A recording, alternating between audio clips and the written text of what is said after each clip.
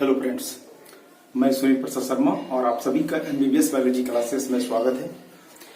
तो चलिए आज जो है आप लोगों को एक न्यू चैप्टर शुरू कर रहे हैं और ये जो चैप्टर है चैप्टर 10, ठीक है। तो इस वीडियो में आपको पूरा कंप्लीट आपको जो है चैप्टर 10 जो है पूरा कंप्लीट, यह अध्याय जो 10 है इसका कंप्लीट वीडियो आपको इसी में आपको देखने को मिलेगा, ठीक है। तो आप लोग जो है लगे रहिए, ठीक है। चलिए शुरू करते हैं। तो सबसे पहले हम बता दें आप लोगों को, यहाँ पर चैप्टर का नाम लिख देते हैं, फिर उस पर जो है उनके टॉपिक्स पर चर्चा करेंगे। चलिए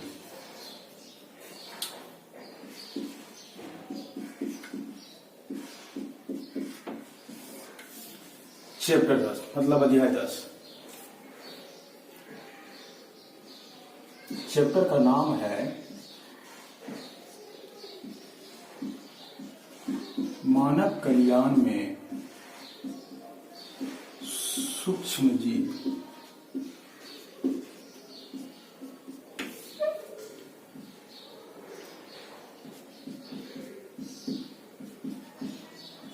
माइक्रोबेस इन ह्यूमन वेलफेयर, ये है चैप्टर 10। ध्यान दीजिए, हम बात कर रहे हैं क्या कि ये जो चैप्टर 10 है इसमें बात कर रहे हैं क्या, इस चैप्टर का नाम है मानव कल्याण में सूक्ष्म जीव। यानी क्या कि हमारे लाइफ में जो है, हमारे जीवन में जो है ये बैक्टीरिया हमारे लिए कैसे लाभदायक है और हमारे किस तरह से हमारे हित में काम करते हैं।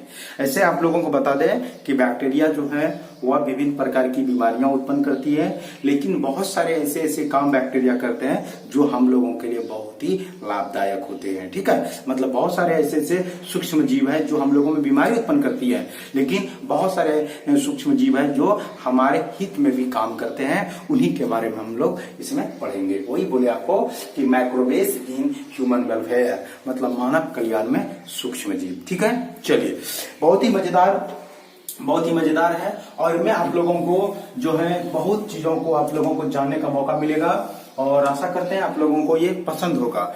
और आप लोग बता दें जो मेरे चैनल को सब्सक्राइब नहीं किए वो सब्सक्राइब कर लीजिए और बेल आइकन का जो है आइकॉन को क्लिक कर दीजिए, जिससे आपका हर वीडियो का नोटिफिकेशन आपको मिलता रहेगा, ठीक है। चलिए तो इसमें जो हम सबसे पहला टॉपिक का बात कर रहे हैं वो हम बात कर रहे हैं एंटीबायोटिक का।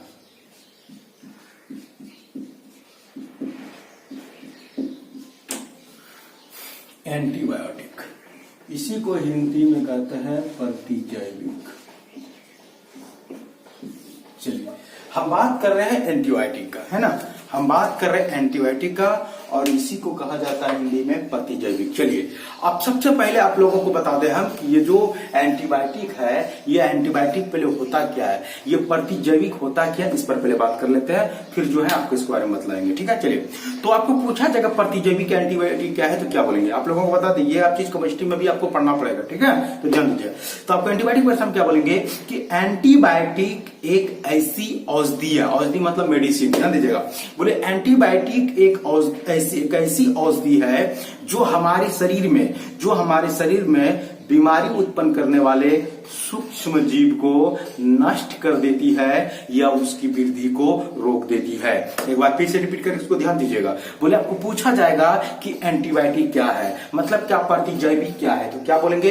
बोले एंटीबायोटिक एक ऐसी औषधि है, ध्यान दीजिएगा। बोले एंटीबायोटिक एक ऐसी औषधि है जो हमारे शरीर में बीमारी उत्पन्न करने वाले सूक्ष्म जीव को नष्ट कर देती है या उसकी वृद्धि को रोक देती है, ठीक है। हम बोले आपको क्या पूछा जाएगा कि एंटीबायोटिक क्या है, प्रतिजैविक है, क्या बोलेंगे कि एंटीबायोटिक एक ऐसी औषधि है, ध्यान दीजिए, एंटीबायोटिक एक ऐसी औषधि है जो हमारे शरीर में बीमारी उत्पन्न करने वाले सूक्ष्म जीव को नष्ट कर देती है या उसकी वृद्धि को रोक देती है।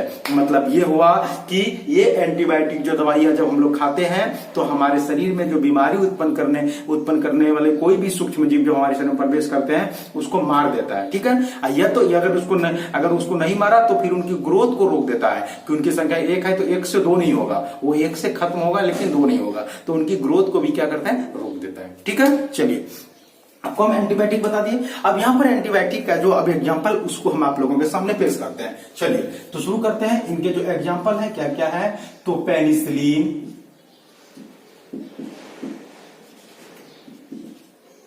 पेनिसिलिन,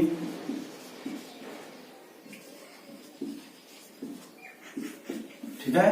उसके बाद स्ट्रेप्टोमाइसिन,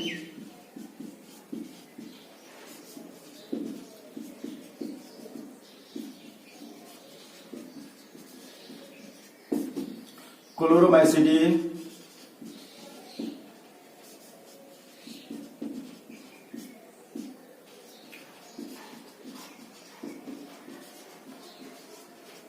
चलिए ध्यान दीजिए, ये सब के सब जो है ये एंटीबायोटिक का नाम है, ठीक है। चलिए वही हम बोले आपको, ये पेनिसिलिन हो गया, स्ट्रेप्टोमाइसिन हो गया, क्लोरोमाइसिडिन हो गया, ये सब के सब एंटीबायोटिक है और ये आपको हर मेडिकल शॉप में जो है आप लोगों को मिल जाएगा, वहां पर आप खरीद सकते हैं, ठीक है।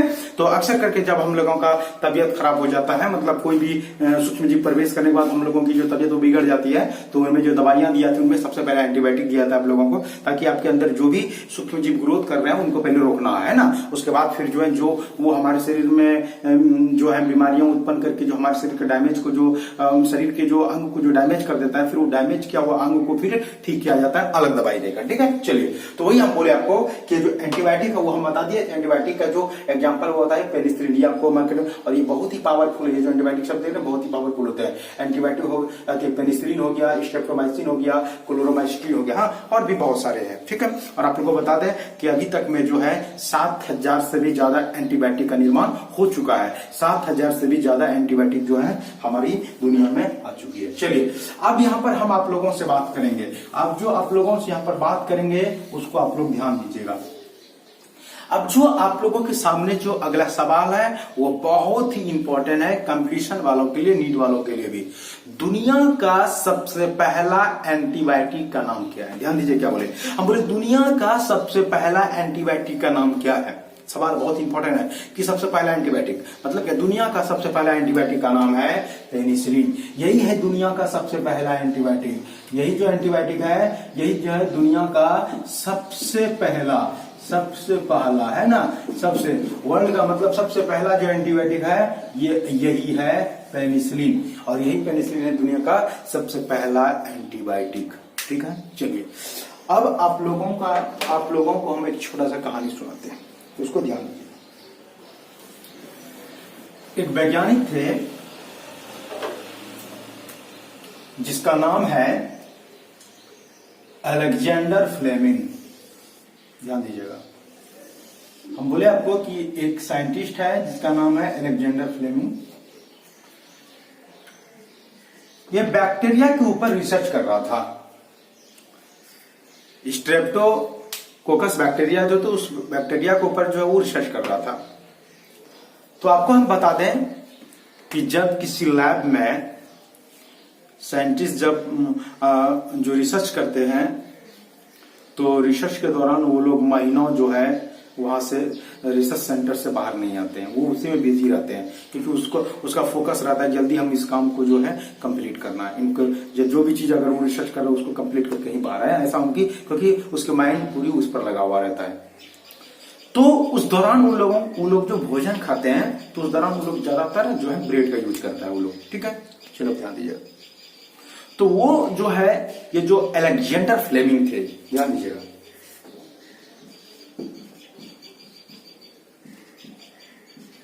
अलेक्जेंडर फ्लेमिंग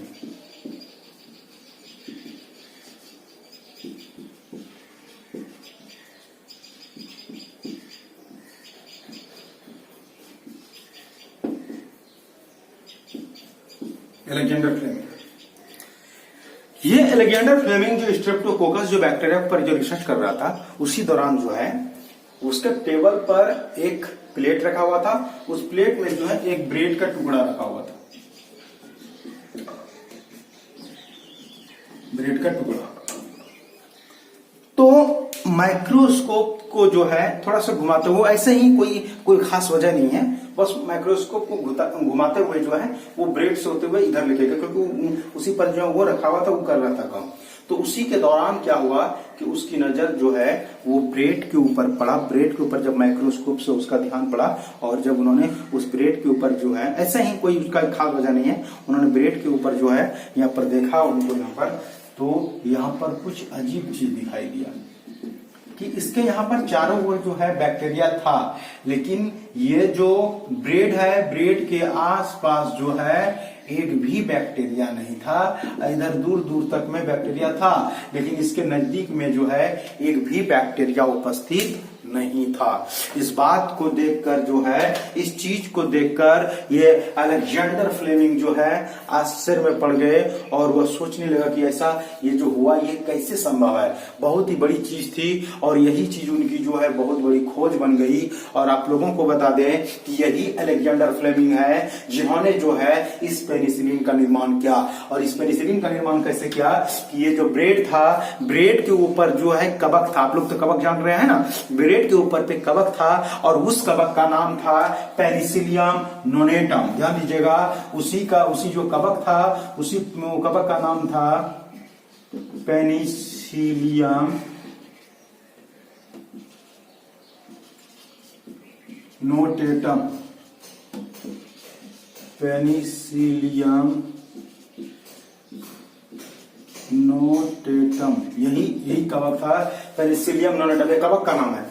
ये एक फंगस है जिसको आप फंजाई बोलते हैं। यही एक फफूंदी है, कवक है। यही इसके ऊपर पे था, इसके ऊपर जो है यही कवक, यही जो है यही था, इसी के ऊपर जो है यही था, इसी के ऊपर ये पेनिसिलियम जो नोटेटम जो है यही इस ब्रेड के ऊपर था। और यही पेनिसिलियम नोनेटम से जो है एक रासायनिक पदार्थ निकलता है। उसी रासायनिक पदार्थ का नाम था पेनिसिलिन। वही रासायनिक पदार्थ था पेनिसिलिन। और वह पेनिसिलिन जो है इतनी पावरफुल थी कि वह बैक्टीरिया को नष्ट कर देता है, बैक्टीरिया की ग्रोथ को रोक देती है। और वही दुनिया का सबसे पहला जो है एंटीबायोटिक जो बनाया वो, और उसी का नाम रखा गया पेनिसिलिन, क्योंकि इसमें जो रासायनिक पदार्थ निकला था उसका नाम था पेनिसिलिन। और उसी के आधार पर जो है उस एंटीबायोटिक का नाम रखा पेनिसिलिन। यही बोले, इसीलिए आपको बोले कि दुनिया का जो सबसे पहला एंटीबायोटिक है वो पेनिसिलिन है। और इसको किस कवक से तैयार किया गया था? तो पेनिसिलियम नोटेटम। ध्यान दीजिएगा, बहुत इंपॉर्टेंट है, पूछा भी जाता है कि पेनिसिलिन का जो निर्माण है, पेनिसिलिन का जो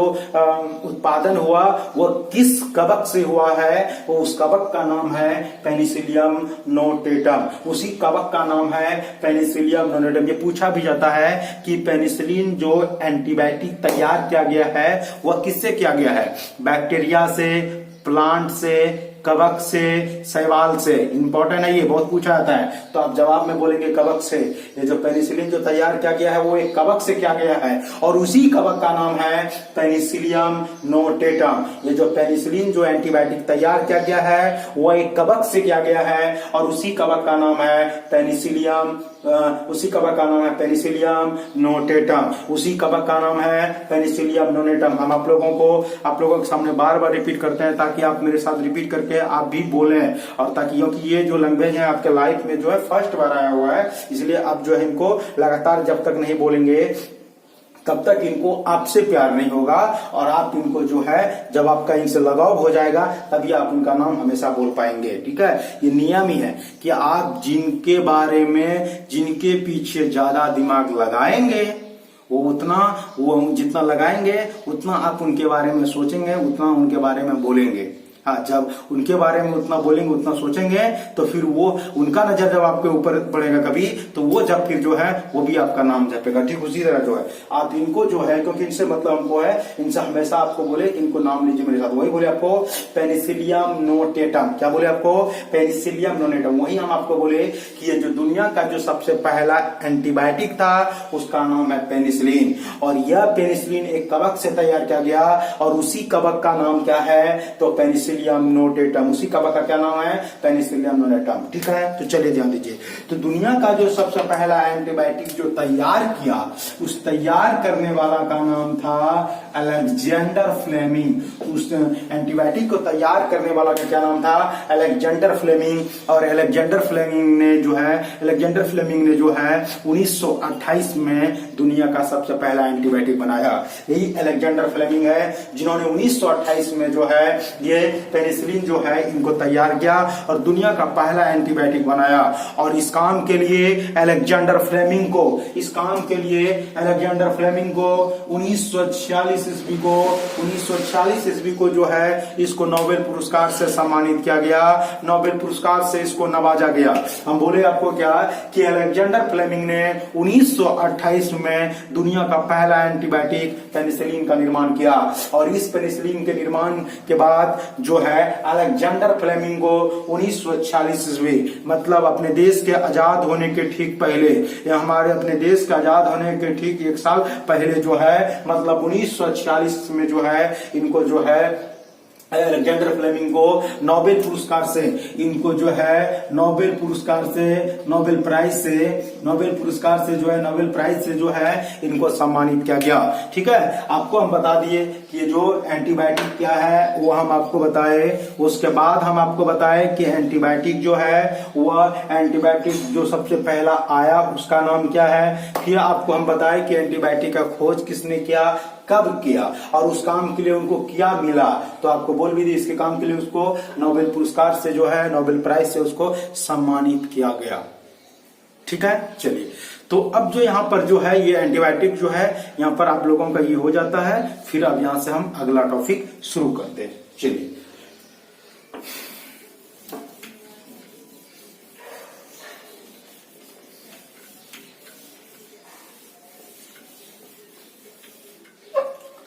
अब जो हम बात करेंगे ये जो एंटीबायोटिक है, ये जो एंटीबायोटिक बनती है सूक्ष्म जीव से बनता है। जैसे आपका कवक हो गया, क्या है, सूक्ष्म जीव है। तो ये हमारे हित के लिए काम किया, एंटीबायोटिक बनाती है हमारे लिए हित के लिए आया। इसीलिए हम यहाँ पर आपका चैप्टर का नाम था यहाँ पर मानव कल्याण में सूक्ष्म जीव, हमारे हित के लिए काम किया।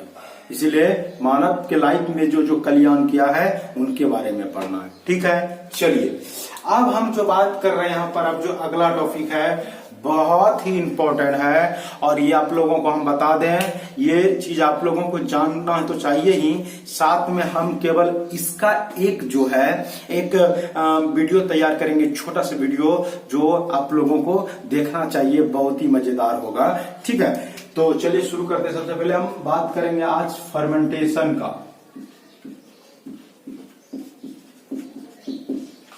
फर्मेंटेशन इसी को हिंदी में कहा जाता है किण्वन, इसी को आता है किण्वन, फर्मेंटेशन इसी को कहा जाता है किण्वन, यही है फर्मेंटेशन। ठीक है, चलिए आप लोग ध्यान दीजिएगा, हम बात कर रहे हैं किसका, फर्मेंटेशन का। इसी को हिंदी में कहते हैं किण्वन, हम इसी को क्या बोले, फर्मेंटेशन। क्या बोले, फर्मेंटेशन, हिंदी में कहते हैं किण्वन। अब आपको हम बता दें दुनिया की जितनी भी जो है एल्कोहल जो बनते हैं, जितने भी दुनिया के एल्कोहल बन रहे हैं इनके बिना नहीं बन सकता है। दुनिया की जितनी भी एल्कोहल है, जितना आप लोग जो दारू देख रहे हैं, दरवा है ना, इसको पोचे बोलते हैं। हमारे यहाँ पर संथाल परगना में जो है पोचे बनाया जाता है ना, वही बोले जितनी भी दारू, जैसे आप लोग बोलते हैं बियर हो गया है ना, विस्की हो गया, फिर वाटका हो गया, कई जो वाटका बोलते हैं ना, तो वो वाटका सारा चीज जो है इन्हीं के वजह से बनता है। अगर ये नहीं तो फिर जो ये अब जो आपकी जो दारू वाले पार्टी सब हैं उसकी कुछ नहीं हो सकता था। ठीक है, चलिए तो यही है फर्मेंटेशन और इसी से जो है विभिन्न प्रकार की जो शराब बनाई जाती है। चलिए अब जो हम बात करेंगे कि ये फर्मेंटेशन होता क्या है, इसी चीज पर बात करेंगे। तो आपको हम बता दें, अब ये जो फर्मेंटेशन होता है ये होता क्या, इस पर लेके चलते हैं। तो उससे पहले आप लोगों को एक छोटी सी चीज जानना पड़ेगा, वो क्या है। ये आप लोगों को बात कर रहे हैं कार्बोहाइड्रेट का। आप लोग कार्बोहाइड्रेट समझ रहे हैं, कार्बोहाइड्रेट पोषक तत्व हैं, जैसे कि कार्बोहाइड्रेट, प्रोटीन, वसा, विटामिन, खनिज लवण, रुक्षांश, जल, ये सब हमारे पोषक तत्व हम लोगों के लिए बहुत जरूरी है ना। तो इसी कार्बोहाइड्रेट जो होते हैं, जो कार्बोहाइड्रेट हैं वो आमतौर पर जो है मीठे पदार्थ में, इसके अलावा जो है चावल, गेहूं, अंगूर है ना, ये सब चीजों में जो है यह पाई जाती है, मतलब मीठी चीज में ज्यादा उनमें कार्बोहाइड्रेट पाई जाती है। ठीक है, चलिए तो अब जो हम बात करेंगे इस पर यहाँ ध्यान दीजिएगा। तो अब यहाँ पे छोटी सी बात है कि कार्बोहाइड्रेट का जो है, कार्बोहाइड्रेट की जो सूक्ष्म रूप होती है, कार्बोहाइड्रेट की जो सरलतम जो रूप होती है, उसी का नाम है ग्लूकोज। तो ध्यान दीजिए आप लोग बोर्ड पे थोड़ा सा। तो यहाँ पर जो है ग्लूकोज का हम रासायनिक सूत्र लिख रहे हैं, तो C6H12 और O6 है ना। तो इनकी जो रासायनिक सूत्र है हम यहाँ पर बोर्ड में लिखे हुए हैं। इस कार्बोहाइड्रेट में जो है, इस कार्बोहाइड्रेट में जो है यहाँ पर जाइमेज मिक्स करते हैं। जैसे हमारे इधर संथाल प्रकरण में पोचा बनाने के लिए रानू का इस्तेमाल करता है, और यहां पर किसका इस्तेमाल करेंगे? जाइमेज का।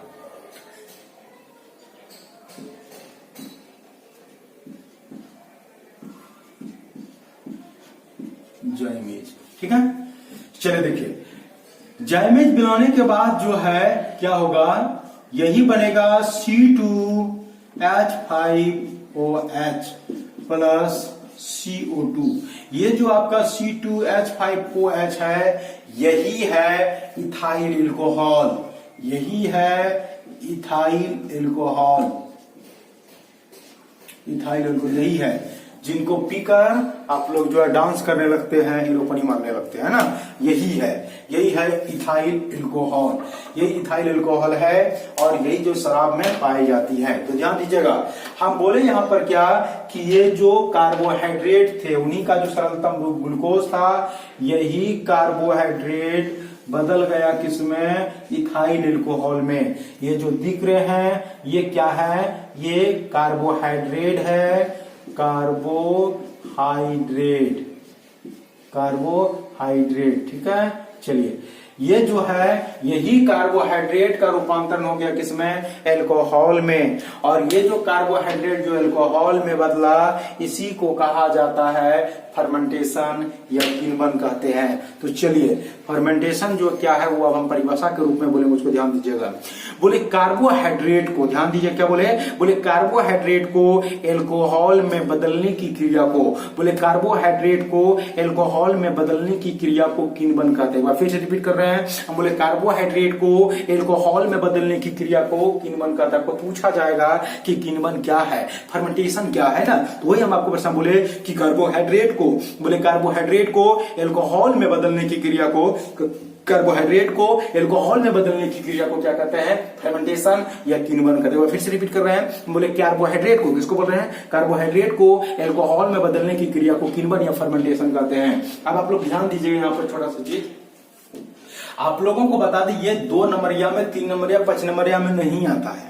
ये जो आएगा इनका ऑब्जेक्टिव आता है, सवाल ऐसा आता है कि कार्बोहाइड्रेट को एल्कोहल में बदलने की क्रिया डाइस कहलाती है। कार्बोहाइड्रेट से जो है एल्कोहल में बदलने की क्रिया क्या कहलाती है? डाइस कहलाती है। तो यही क्रिया कहलाती है फर्मेंटेशन। यही एग्जाम में आता है, आपको पूछा जाएगा कि कार्बोहाइड्रेट को एल्कोहल में बदलने की क्रिया डॉट डॉट कहलाती है, तो वह कहलाती है फर्मेंटेशन या किण्वन। बात समझ रहे बात को? वही बोले आपको कि कार्बोहाइड्रेट को एल्कोहल में बदलने की क्रिया डाइस कहलाती है, तो फर्मेंटेशन कहलाती है। ये आता है एग्जाम में, ठीक है। चलिए, अब इसके जो ऊपर लेवल पे जो जैसे आपका नीट वाले सब एग्जाम में जो है इस तरह क्वेश्चन रहता है, वो ध्यान दीजिए। सवाल आएगा आपका कि फर्मेंटेशन का खोज किसने किया? बहुत इंपॉर्टेंट, फर्मेंटेशन का जो खोज वो किसने किया? ये जो फर्मेंटेशन किया, जिनके वजह से अब इतना इतना आदमी जो दरवा पी रहा है ना, कितना आदमी ग्रसित है, किसी के लिए अच्छे हैं तो किसी के लिए जो है बहुत ही बुरा हो रहा है ना हमारे समाज में, क्योंकि बहुत से गंदी आदत लगा दिया है पीने का, जो है सुबह शाम ये पीते रहता है ना। वही बोले, तो इनको जो खोज करने वाले थे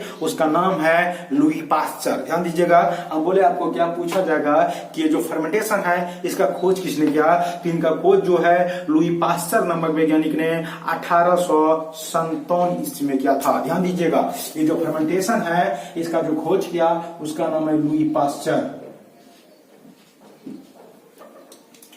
लुई पास्चर।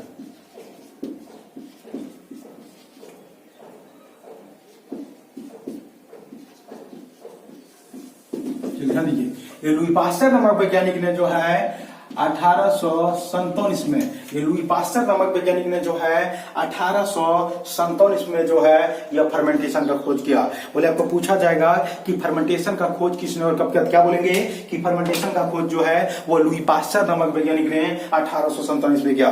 बोले क्या कि फर्मेंटेशन का जो खोज है वो लुई पास्चर नामक वैज्ञानिक ने 1857 में किया। ठीक है, चलिए अब जो है आप लोगों को हम जो है फर्मेंटेशन बता दिए, ये चीज हो गया। और बता दें फर्मेंटेशन का जो उपयोग किया जाता है वो आपके विभिन्न प्रकार की शराब बनाने में, इनका उपयोग भटोरे बनाने में, इनका उपयोग बिस्किट बनाने में, है ना, इसके उपयोग ब्रेड बनाने में जो है किया जाता है। ठीक है, चलिए अब इनको हम यहाँ पर हटाते हैं इनको और चलते हैं आप लोगों को एक न्यू टॉपिक्स में।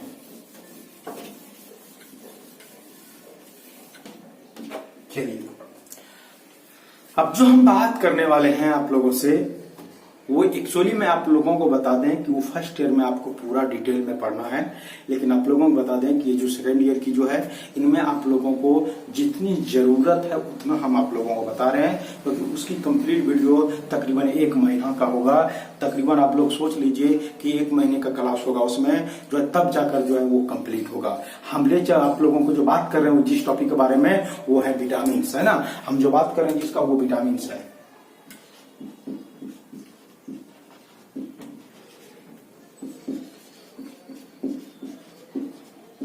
बात कर रहे हैं विटामिन का। ठीक है, चलिए लेकिन आप लोगों को हम बता दें कि ये जो विटामिन है इनकी अगर आप सही चीज अगर इनको पढ़ना चाहते हैं तो हम आपको सही मायने में बताएं 1 महीने का ये पूरा कोर्स था विटामिन। अगर आप पढ़ना चाहेंगे तो हम इनकी फर्स्ट ईयर के लिए जो है ये स्पेशल जो है आपका एक वीडियो विटामिन का बना देंगे, जो आप उनको कोई भी कंपटीशन वाले जो है उनको पढ़ सकते हैं। उनकी जो है बहुत सारे क्वेश्चन, जो जितने भी क्वेश्चन एग्जाम में आता है वो सारा क्वेश्चन आप उनमें केवल आप विटामिन पढ़ लीजिए, आपका पूरी कोई भी कंपटीशन हो जाए उनकी सारा जो है वो क्वेश्चन उससे सॉल्व हो जाएगा। ठीक है, क्योंकि उसमें जो पढ़ाया जाता है आप लोगों को एक एक विटामिन को लेकर पढ़ाया जाता है। जैसे आप लोग बताएंगे इनकी जो टाइप होती है विटामिन जो होते हैं वो 2 तरह के होते हैं ना, एक वाटर सोल्यूबल और उसके बाद एक फैट सोल्यूबल, है ना। फिर जो उसमें जो वाटर सोल्यूबल होता है बी और सी, है ना, तो विटामिन बी का टाइप होता है, फिर है ना B1 B2, तो मतलब इनके जो टाइप होता है फिर वो टाइप करके पढ़ना पड़ेगा। फिर उनकी क्या कमी से क्या हो रहा है ना, इस सारा चीज पढ़ेंगे और इस तरह से वो जो है महीनों लग जाता है इसमें। ठीक है, चलिए अब शुरू करते हैं। तो सबसे पहले हम आप लोगों के सामने जो रख रहे हैं वो है विटामिन। अब यहाँ पर जो सबसे पहला सवाल होता है आप लोगों का कि ये विटामिन होता क्या है, तो अब आप लोगों को बताएंगे विटामिन क्या है पहले, उसके बाद फिर इस पर चर्चा करेंगे। ठीक है, चलिए तो विटामिन को क्या बोलेंगे इसको परिभाषा के रूप में, तो ऐसे बोलेंगे, ध्यान दीजिएगा।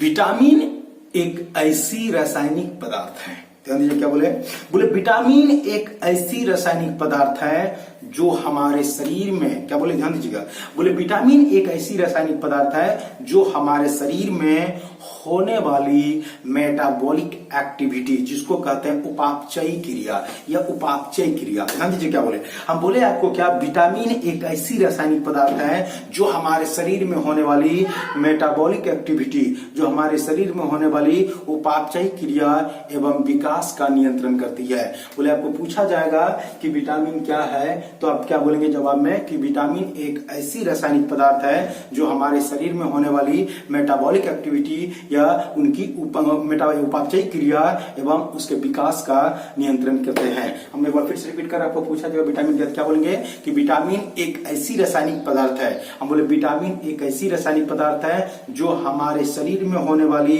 मेटाबॉलिक एक्टिविटी एवं विकास का नियंत्रण करती है, मतलब उपापचयी क्रिया एवं जो है डेवलपमेंट जो होती है वो विकास का नियंत्रण करती है। एक बार फिर से रिपीट बोल रहे हैं, कर रहे हैं, पूछा जाएगा विटामिन क्या बोलेंगे कि विटामिन एक ऐसी रासायनिक पदार्थ, मेरे साथ रिपीट कर सकते हैं, बोले विटामिन एक ऐसी रासायनिक पदार्थ है जो हमारे शरीर में होने वाली उपापचयी क्रिया एवं विकास का वर्णन, विकास का नियंत्रण करती है, विकास का जो है ये उसको जो है कंट्रोल कंट्रोल करती है उनका। वही बोले आपको कि विटामिन क्या बोले कि विटामिन एक ऐसी रासायनिक पदार्थ है जो हमारे शरीर में होने वाली मेटाबॉलिक एक्टिविटी एवं विकास का नियंत्रण करती है। ठीक है, चलिए तो हम यहाँ पर आप लोगों को सबसे पहले विटामिन की जो डिफिनेशन था वो हम आप लोगों को बता दिए। अब ले चलते हैं आप लोगों को जो है अगली इनमें। तो सबसे पहले इनमें जो बात करेंगे विटामिन के परिभाषा के बाद जो बात करेंगे वो ये करेंगे, वो ये होगा कि ये जो विटामिन था, ये विटामिन हमारे शरीर में क्या किया, मेटाबॉलिक एक्टिविटी। बहुत सारे बच्चे होगा क्या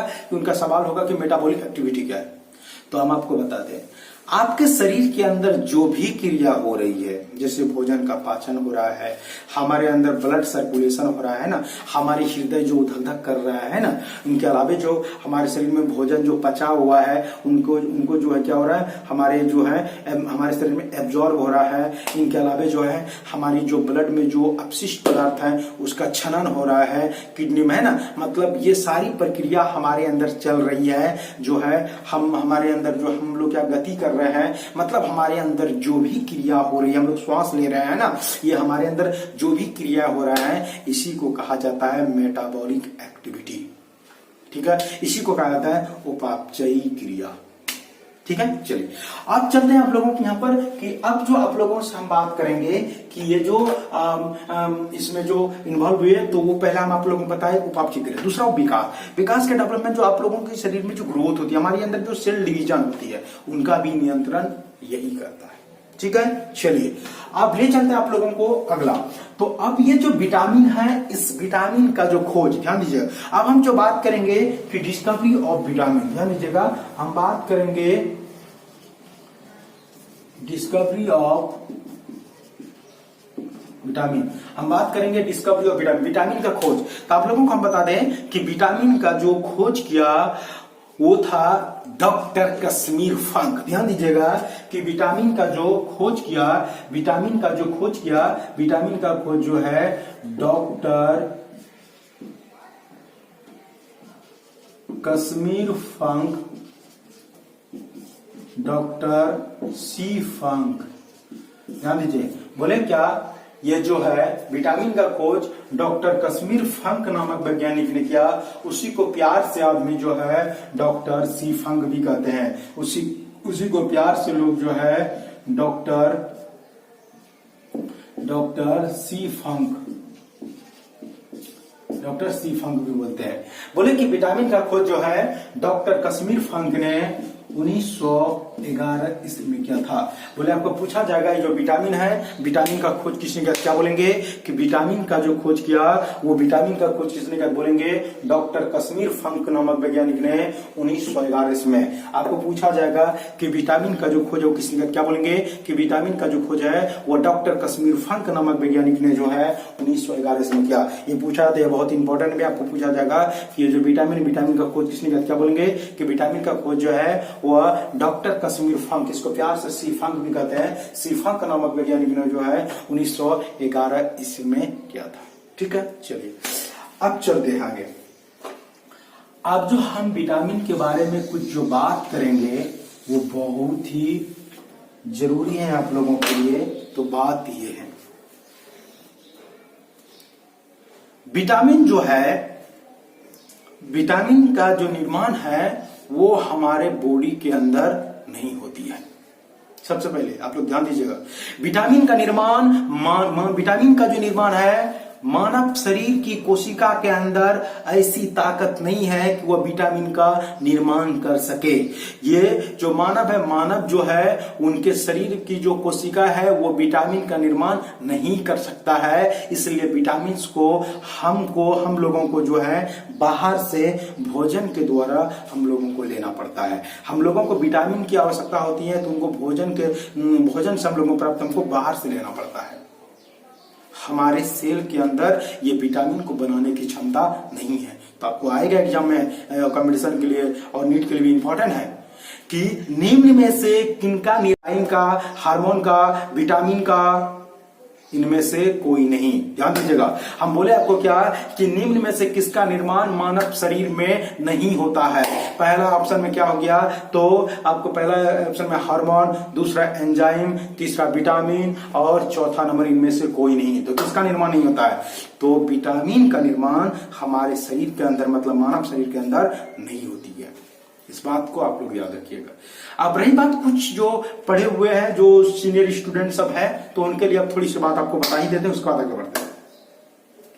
आपको कहीं किताब में, बुक में लिखा मिला होगा कि मानव के शरीर में विटामिन के का निर्माण होता है।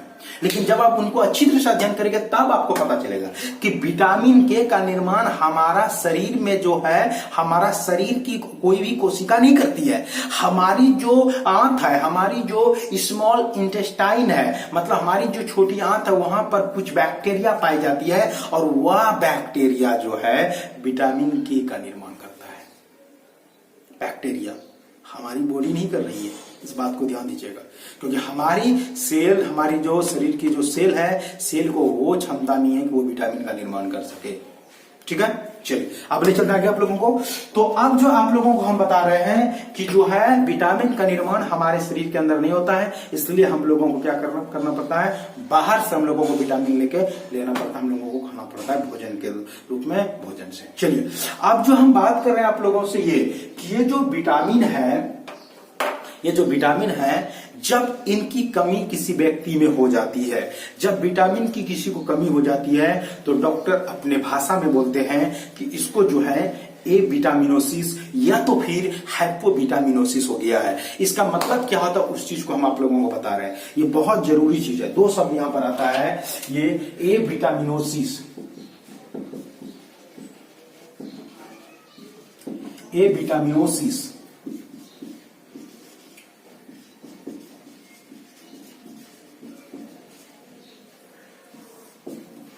और दूसरा हाइपोविटामिनोसिस।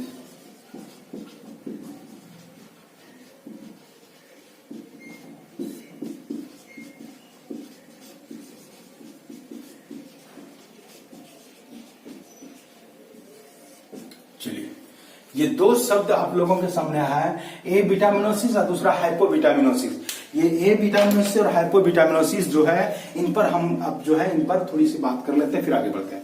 तो हम यहां पर बोले आप लोगों को कि विटामिन की जब कमी हम लोगों के शरीर में होती है तो डॉक्टर कहता है कि इनको जो है ए विटामिनोसिस या तो फिर हाइपोविटामिनोसिस हो गया। मेरा कहने का मतलब यह है कि जब शरीर में विटामिन की कमी होती है, जब शरीर में विटामिन की कमी होती है, तो वो जो कमी हुआ उसी को कहा जाता है डॉक्टर अपने भाषा में, डॉक्टर की भाषा में ए विटामिनोसिस, या तो फिर उसी को ही बोलता है हाइपोविटामिनोसिस। ठीक है, दोनों का मतलब एक ही होता है कि शरीर में, आपके शरीर में विटामिन की कमी हो गया है। तो आपको पूछा जाएगा कि ए विटामिनोसिस क्या बोलेंगे कि शरीर में विटामिन का कमी हो जाना, शरीर में विटामिन की कमी हो जाना ए विटामिनोसिस, या तो फिर उसी को कहा जाता है हाइपोविटामिनोसिस। ठीक है, आप लोगों को पूछा जाएगा कि ए विटामिनोसिस क्या, हाइपोविटामिनोसिस क्या बोलेंगे कि शरीर में विटामिन का कमी हो जाना। आप लोग ध्यान दीजिए, एक बार में आप लोगों को याद हो जाएगा, वही बोले आपको कि शरीर में विटामिन का कमी हो जाना हाइपोविटामिनोसिस या तो फिर ए विटामिनोसिस कहलाती है। ठीक है, आप लोगों को हम बता दें, अगर आप लोग अपनी पोजीशन बनाकर अच्छी तरह अगर आप पढ़ने के लिए बैठे हैं, हम आशा करते हैं आप लोगों को जो है आपकी क्लास के दौरान ही जो है आप लोगों को 99% जो है आप लोगों को हम यहीं याद करवा देंगे, यहीं पर आपके मस्तिष्क में बैठा देंगे। ठीक है, इसलिए अक्सर हम ये जो शायरी बोलते रहते हैं, पसंद आए तो दिल में, आ नहीं तो दिमाग में भी नहीं, ये डायलॉग है ना एक हीरो के।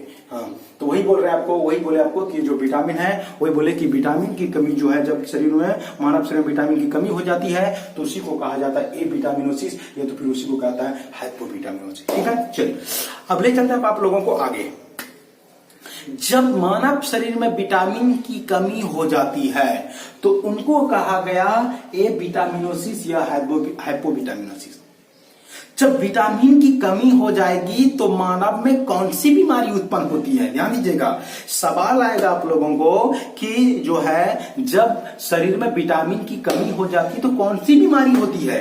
सवाल यहाँ पर बहुत ही जबरदस्त है, बहुत ही इंपॉर्टेंट है। इसको ये जो है एग्जाम में पूछा जाता है, कंपटीशन के भी एग्जाम में पूछा जाता है। तो आपको पूछा जाएगा कि शरीर में विटामिन का कमी से कौन सी बीमारी होती है।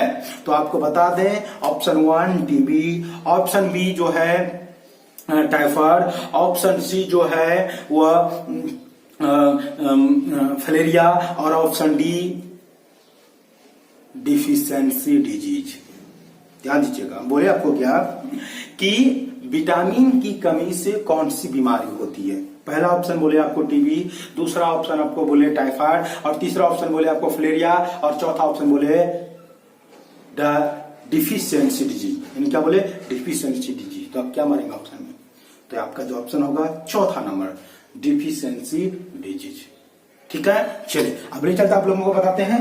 तो आप लोगों को हम बोले क्या कि बहुत ही इंपॉर्टेंट है कि विटामिन की कमी से आप लोग बहुत सारे स्टूडेंट जो होता है पढ़ने लगते हैं कि हम बोले ये जानते हैं कि विटामिन ए की कमी से क्या होता है, ये विटामिन डी की कमी से क्या होता है, विटामिन सी की कमी से क्या होता है, लेकिन यहाँ पर बात हो रहा है विटामिन का डायरेक्ट। तो विटामिन की कमी से जो होती है डिफिशियंसी डिजीज, कमी, तो उनकी कमी से जो बीमारी उसी का आता है डिफिशियंसी, कमी बीमारी है ना, उसको कहते हैं डिफिशियंसी डिजीज। वही बोले आप लोगों को कि जो विटामिन जो डी है, सॉरी विटामिन जो है, विटामिन की जो कमी से जो बीमारी होती है उसी का नाम है डिफिशियंसी, उसी का नाम है डिफिशियंसी डिजीज, उसी का नाम है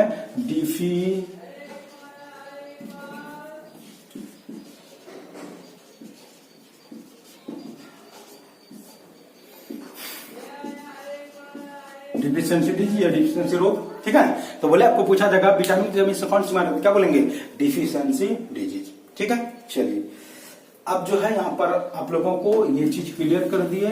अब ले चलते हैं आप लोग विटामिन के अंदर की ओर, क्या विटामिन का आगे क्या पढ़ना, बहुत ही मजेदार है। ऐसा करता आप लोगों को मजा आता आ रहा होगा और आप लोगों को याद भी होता जा रहा होगा। चलिए अब आएगा टाइप्स ऑफ विटामिन, हम बात करें किन टाइप पर, टाइप्स ऑफ विटामिन, मतलब हम बात करें विटामिन के प्रकार का। ठीक है, तो आपको हम बता दें कि ये जो विटामिन का जो टाइप होता है ये दो प्रकार का, वही बोले there are 2 types of vitamin. तो विटामिन जो होता है वो 2 प्रकार के। नंबर 1 वाटर सोल्यूबल विटामिन, इसी को कहते हैं हिंदी में जल में घुलनशील विटामिन। ठीक है, और दूसरा फैट सोल्यूबल विटामिन,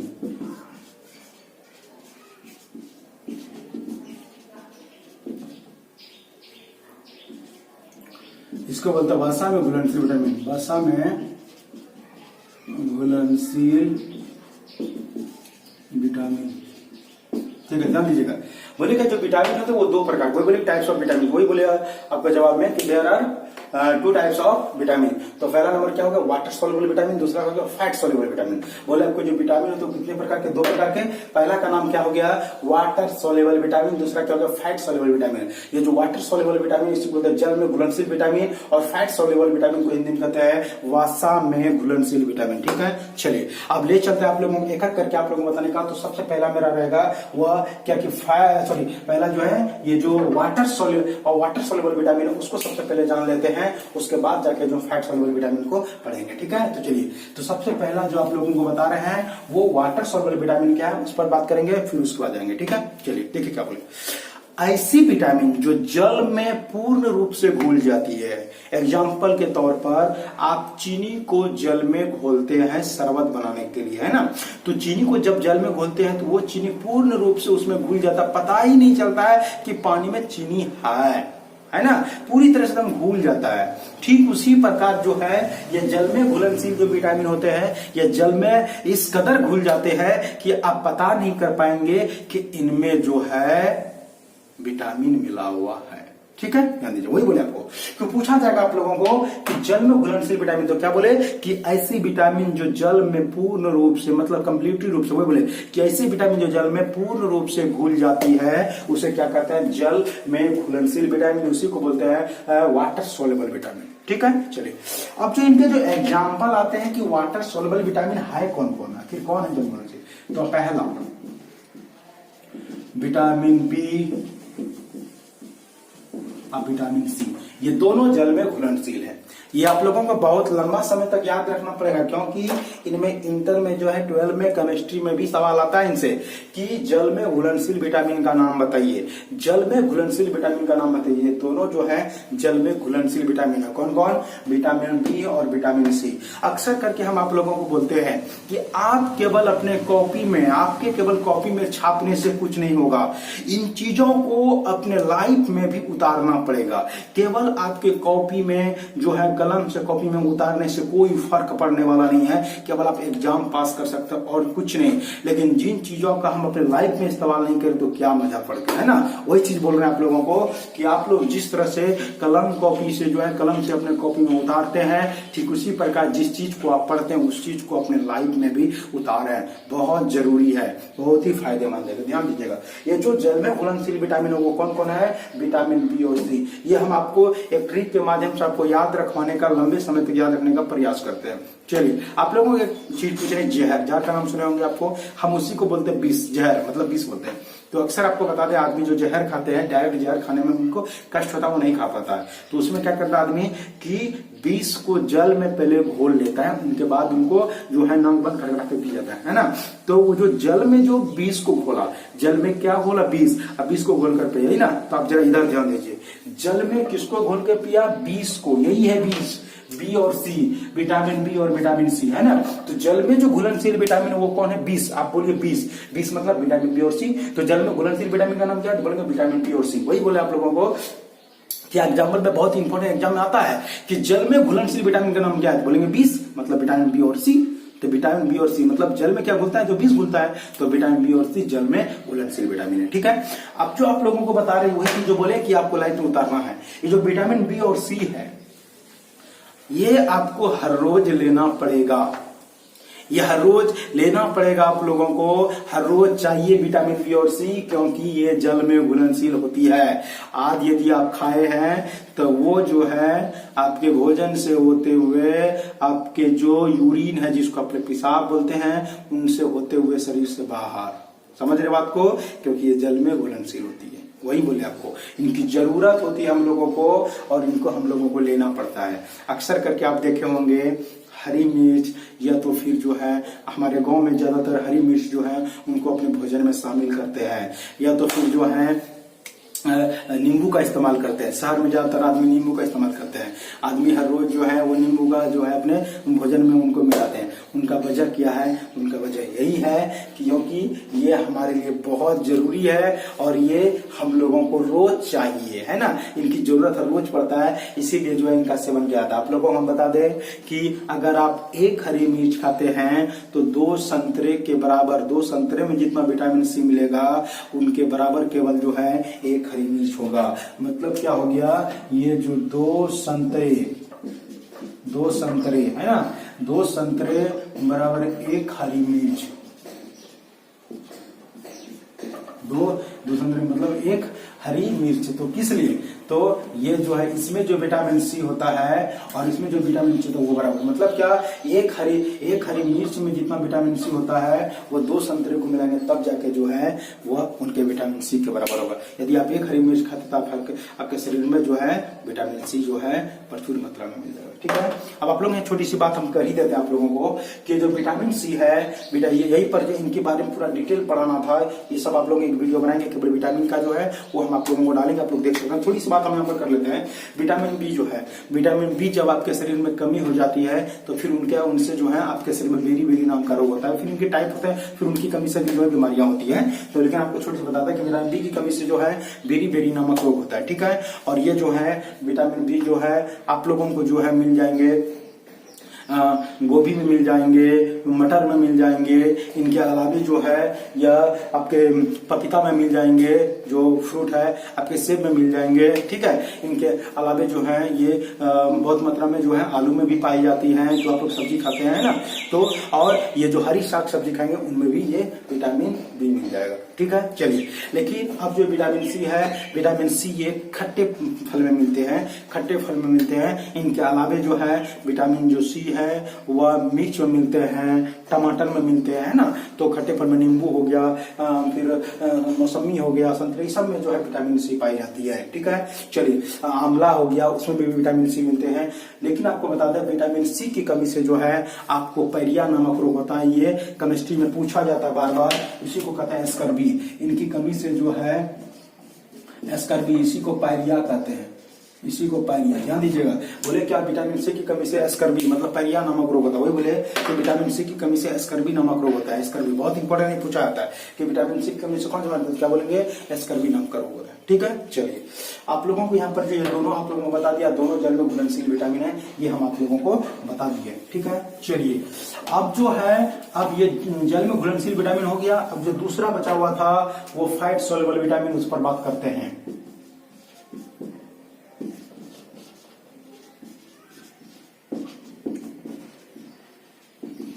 इसे कहते हैं वसा में घुलनशील।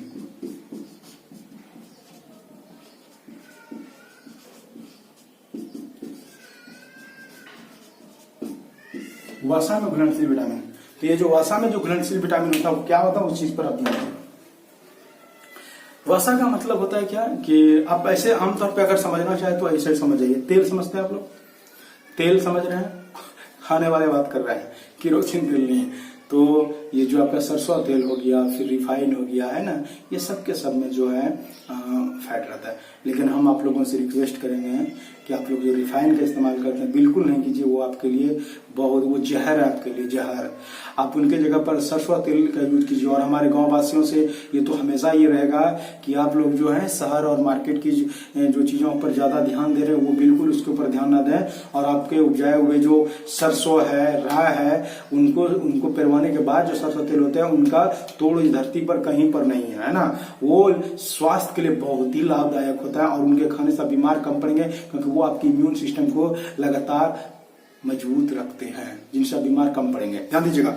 तो अब जब हम बात कर रहे हैं कि ये जो हम बात कर रहे हैं फैट सोल्युबल विटामिन जो है, मतलब वसा में घुलनशील विटामिन, तो जब हम तेल में जो है तेल में जब जो है तेल में अगर मिला देंगे उनको तो पूर्ण रूप से घुल जाएगा, एकदम पता ही नहीं चलेगा कि जो है उसमें कुछ मिलाया हुआ है ना। तो वही बोल रहे हैं आप लोगों को कि वसा में घुलनशील विटामिन, तो बोले क्या कि ऐसी विटामिन जो वसा में पूर्ण रूप से घुल जाती है उसे वसा में घुलनशील विटामिन या तो फिर उसे फैट सोल्युबल विटामिन कहते हैं। और आप लोगों को ये बता दें, बहुत जरूरी है कि ये जो फैट सोल्युबल जो विटामिन है, ये फैट सोल्युबल जो विटामिन है वो ये है। तो क्या है, तो vitamin A,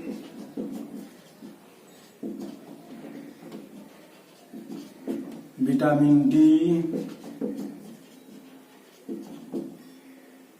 vitamin E, vitamin के, ये विटामिन है। आप लोगों को ट्रिक के माध्यम से दे देते हैं, इसको ट्रिक से याद रख सकते हैं। एडेक, इसको याद रखिएगा ऐसे।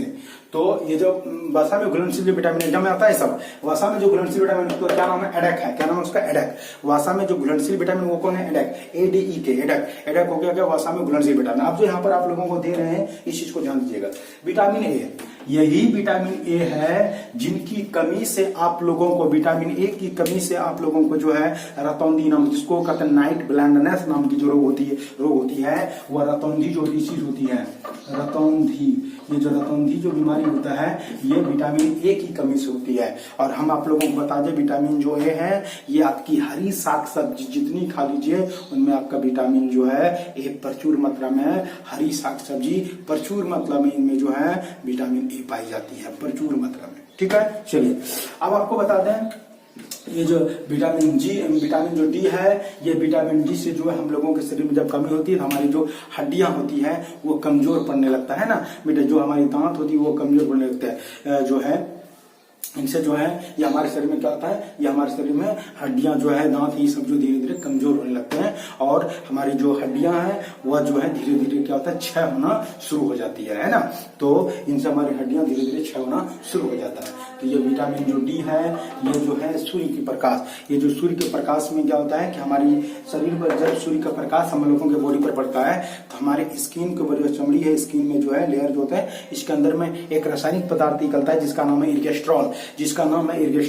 और वह जो जब धूप जो प्रकाश जब हमारे इर्गेस्ट्रॉल पर पड़ता है तो वह इर्गेस्ट्रॉल का रूपांतरण हो जाता है विटामिन डी में और वह उससे हो गया। इनके अलावा जो है विटामिन डी जो है वह अदरक में भी जो आप लोगों को पाई जाती है, उनसे भी आप इस्तेमाल करके कर सकते हैं। ठीक है। चलिए अब बात कर रहे हैं क्या, विटामिन जो ई है, विटामिन ई जो है इसको कहते हैं रिप्रोडक्टिव विटामिन कहा जाता है। और यह विटामिन जो है, इस विटामिन की कमी से हम लोगों के शरीर में जो है हमारे शरीर में जो है जो हार्मोन्स, जो हमारे जो सेक्स हार्मोन जो है टेस्टोस्टेरोन, लड़की में एस्ट्रोजन और प्रोजेस्टेरोन, ये सब लेवल धीरे धीरे कम होने लगता है अगर इनकी कमी हो जाती है। तो विटामिन ई को आपके शरीर में बनाए रखना है, लंबे तक चुस्त और दुरुस्त रहना है, तो उनके लिए आपको अंकुरित अनाज खाना पड़ेगा। अंकुरित गेहूं, अंकुरित चना, अंकुरित मूंग, अंकुरित मटर, ये सब जो अंकुरित अनाज आप खाते हैं तो आपके शरीर में विटामिन ई जो है प्रचुर मात्रा में मिलेगा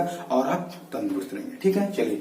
और ये लास्ट में जो आपको बता रहे हैं विटामिन के, विटामिन के हम लोगों के शरीर में रक्त को थक्का करने में मदद करता है। विटामिन जो के है वो हमारे शरीर में रक्त को थक्का करने में मदद करता है, और यही विटामिन के जो है अगर इनकी कमी हो जाती है तो आपके शरीर में रक्त जो थक्का है वह होना बंद हो जाएगा धीरे धीरे, और इस समय बहुत दिक्कत हो जाएगी। जब आपका हाथ पैर कट जाएगा तो आपका शरीर ज्यादा ब्लडिंग हो जाएगा, जिनकी वजह से आपकी मृत्यु भी हो सकती है, समझे ना। तो इसीलिए जो है विटामिन के की जो पूर्ति करना है तो आपको अंकुरित अनाज, इनके अलावा जो है आप फल खाएंगे, हरी साग सब्जी खाएंगे, एप्पल खाएंगे, है ना, केला खाएंगे, उन सब चीजों से ज्यादा मात्रा में आपको विटामिन के मिलती है। ठीक है, चलिए। तो आपको यहाँ पर हम सारी जो है इनको बात कर दे, लेकिन जब आप लोगों के लिए स्पेशल जब हम विटामिन की बात करेंगे, विटामिन बनाएंगे तो विटामिन की जो वीडियो बनाएंगे तो पूरा बिल्कुल जानकारी आपको विटामिन करेगा। ठीक है, चलिए।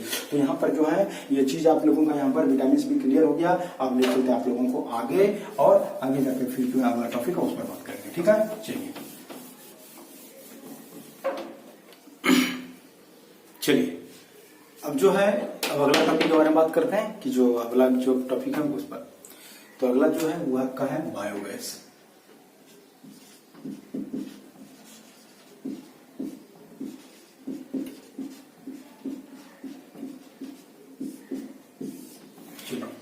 अब जो बात कर रहे हैं किस पर बात करें, बायोगैस का। चलिए पहले इस पर इनकी परिभाषा बता देते हैं, फिर इनके बारे में बात करेंगे। बायोगैस किसको, तो पहले सुनिए ध्यान से। परिभाषा बोलेंगे कि सूक्ष्म जीवों, ध्यान दीजिएगा, बोले क्या सूक्ष्म जीव के शरीर में, बोले सूक्ष्म जीवों के शरीर में होने वाली मेटाबॉलिक एक्टिविटी के दौरान, बोले क्या कि सूक्ष्म जीवों के शरीर में होने वाली उपापचयी क्रिया के दौरान उत्पन्न होने वाले गैस को बायोगैस कहा जाता है। एक बार फिर से रिपीट करते हैं। हम बोले आपको क्या कि सूक्ष्म जीव के, बोले भाषा में क्या कि सूक्ष्म जीवों के शरीर में होने वाली मेटाबॉलिक एक्टिविटी या किसी को बोलते हैं उपापचयी क्रिया के दौरान, बोले क्या कि सूक्ष्म जीवों के शरीर में होने वाली उपापचयी क्रिया जिसको कहते हैं मेटाबॉलिक एक्टिविटी के दौरान उत्पन्न होने वाले गैस को बायोगैस कहते हैं। एक बार फिर से रिपीट कर रहे हैं, आपको पूछा जाएगा बायोगैस क्या बोलेंगे, बोले कि सूक्ष्म जीवों के शरीर में, ध्यान दीजिए मेरे साथ रिपीट कर सकते हैं, बोले सूक्ष्म जीवों के शरीर में, बोले सूक्ष्म जीवों के शरीर में होने वाली उपापचयी क्रिया के दौरान, होने वाली उपापचयी क्रिया के दौरान उत्पन्न होने वाली गैस को बायोगैस कहते हैं। और बायोगैस के अंतर्गत में जो गैस आता है उसका हम जो नाम बोले उसको ध्यान दीजिएगा।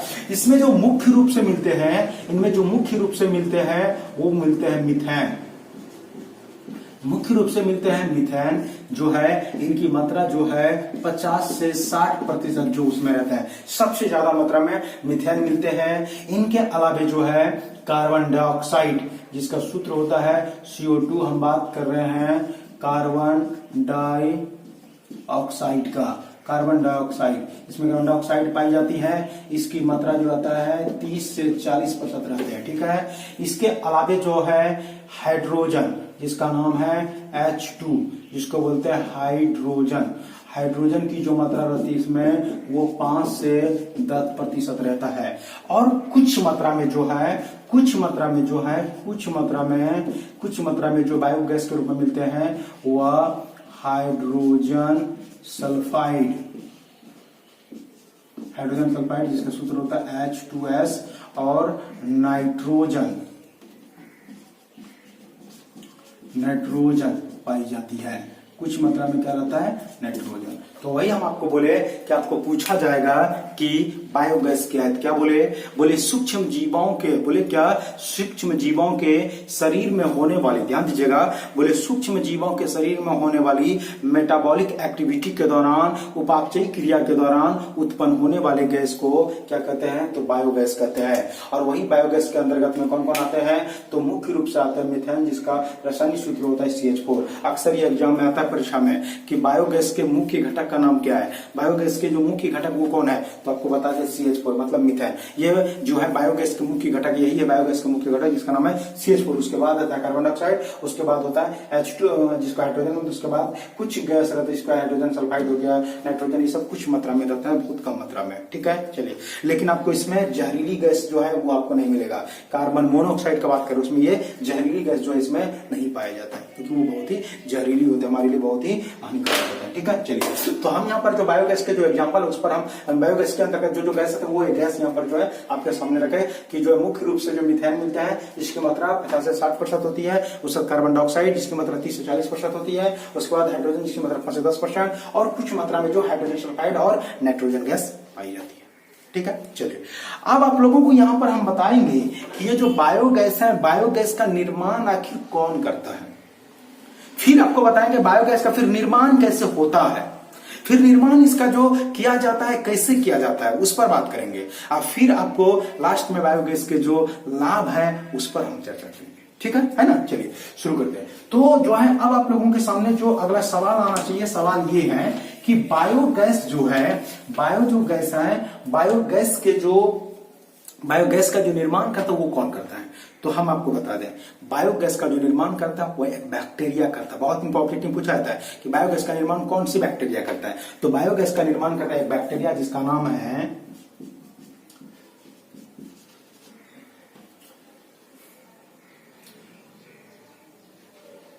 मेथोजेनिक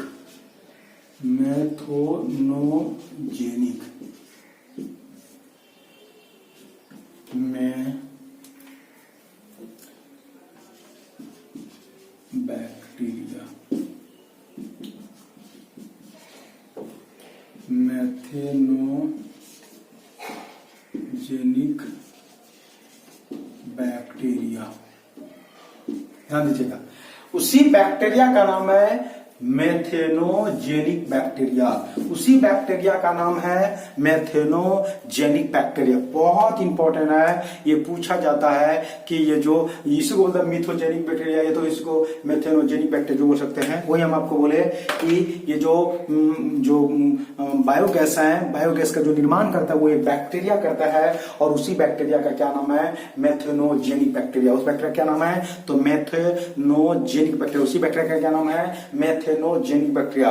इनको रिपीट करना पड़ेगा। वही बोले आपको कि पूछा जाएगा बायोगैस का निर्माण कौन सी बैक्टीरिया करता है, क्या बोलेंगे कि बायोगैस का जो निर्माण करता है वो है मेथेनोजेनिक बैक्टीरिया। कौन है? मेथेनोजेनिक बैक्टीरिया। ठीक है, चलिए। अब आप लोगों को ले चलते हैं हम आगे कि अब जो हम आप लोगों से जो इनमें बात करेंगे उस चीज को ध्यान दीजिएगा कि बायोगैस का जो निर्माण होता है वह कैसे होता है। एग्जाम में सवाल आएगा इस तरह, बायोगैस का निर्माण कैसे होता है, इनके प्लांट का चित्र बनाइए। मतलब बायोगैस जो प्लांट होते हैं जहां पर इनको बनाया जाता है फिर उसका चित्र बनाइए। ठीक है, उसका जो चित्र बना वही पूछा जाएगा कि बायोगैस का निर्माण कैसे होता है, फिर इनके प्लांट जो है उनके प्लांट का चित्र बनाने के लिए। ठीक है, तो सबसे पहले हम आप लोगों को बता देते हैं बायोगैस का निर्माण कैसे होते हैं, फिर उनके प्लांट का चित्र जो है हम आपके सामने में पेश करेंगे, आपके सामने में बनाएंगे, फिर आप देखेंगे कैसे कैसे इसको बनाना है। ठीक है, चलिए शुरू करते हैं। तो सबसे पहले हम आप लोगों को बायोगैस कैसे बनता है इनको समझाने से पहले आप लोगों को एक छोटी सी चीज जानना बहुत जरूरी है, और वो जो चीज बता रहे हैं वो है ये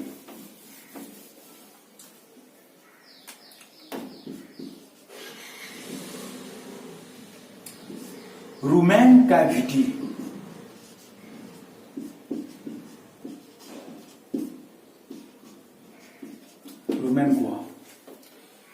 रूमिनेंट कैविटी, ये मवेशी के शरीर में होते हैं। जितने जो है जो घास भूसे खाते हैं वो जो मवेशी होते हैं उनके शरीर में होता है रूमेन कैविटी, वो बोलते हैं रूमिनेंट कैविटी, है ना। तो ये जो रूमिनेंट कैविटी है, इसी रूमिनेंट कैविटी में ये बैक्टीरिया पाया जाता है। जो जितने भी गाय भैंस बकरी है सबके जो रूमिनेंट कैविटी है वहां पर ये बैक्टीरिया रहता है।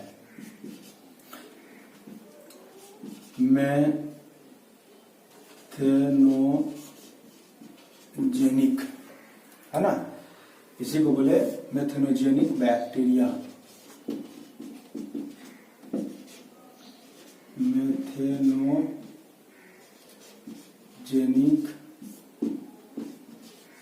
बैक्टीरिया, यही बैक्टीरिया जो है उसके इस रुमिनेंट कैविटी में रहता है और यही बैक्टीरिया का खेल होता है और यही बैक्टीरिया से काम होता है। ठीक है, क्या होता है, कैसे होता है, इस पर बात करेंगे। चलिए ध्यान दीजिएगा। जितने भी मवेशी है, यह मवेशी जो है घास भूसे खाते हैं।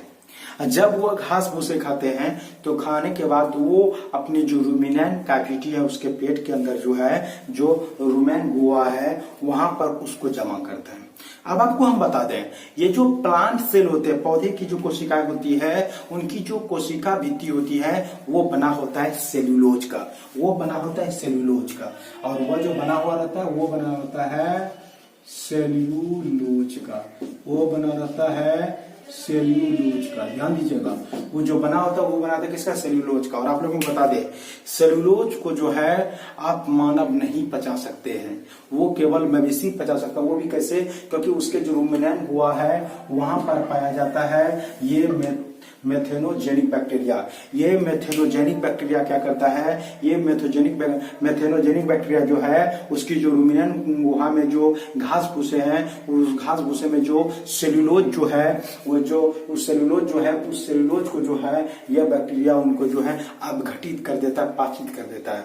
हम लोग यदि अगर हम लोग घास भूसा खा लेंगे तो वो पचेगा नहीं हमारे पेट में, है ना, क्योंकि उनको पचाने का जो एंजाइम है वो हमारे शरीर में रिलीज नहीं होते, है ना, तो उनको पचा नहीं सकते उनको। लेकिन ये जब ये गाय सब जब खाते हैं, जानवर सब खाते हैं, वो मवेशी सब जो खाते हैं, तो उनको क्या करता है, वो पाचित हो जाता है। क्यों, क्योंकि उनके जो रूमिनेंट गुहा में है, जो उसमें रूमिनेंट गुहा में एक बैक्टीरिया रहता है, उसी बैक्टीरिया का नाम है मेथेनोजेनिक बैक्टीरिया, और यही मेथेनोजेनिक बैक्टीरिया उसको क्या करता है, पाचित कर देता है। ठीक है,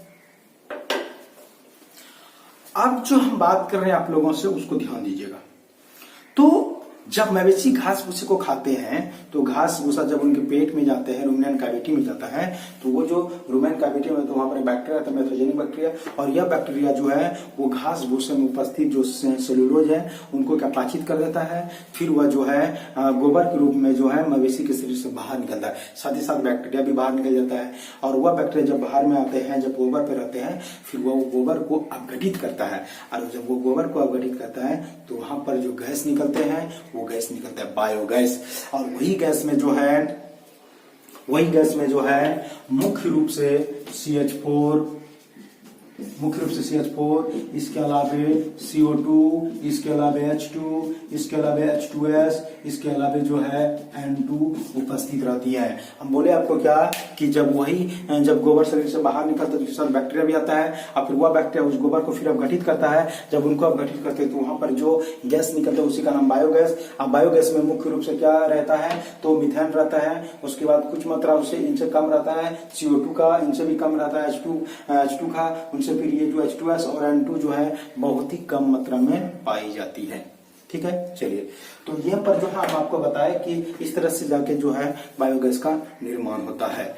अब आप लोगों को ले चलते हैं कि बायोगैस का निर्माण प्लांट में कैसे किया जाता है, उस पर आप लोगों को जो है चित्र के माध्यम से आप लोगों को उस प्लांट को आप लोगों को दिखाते हैं।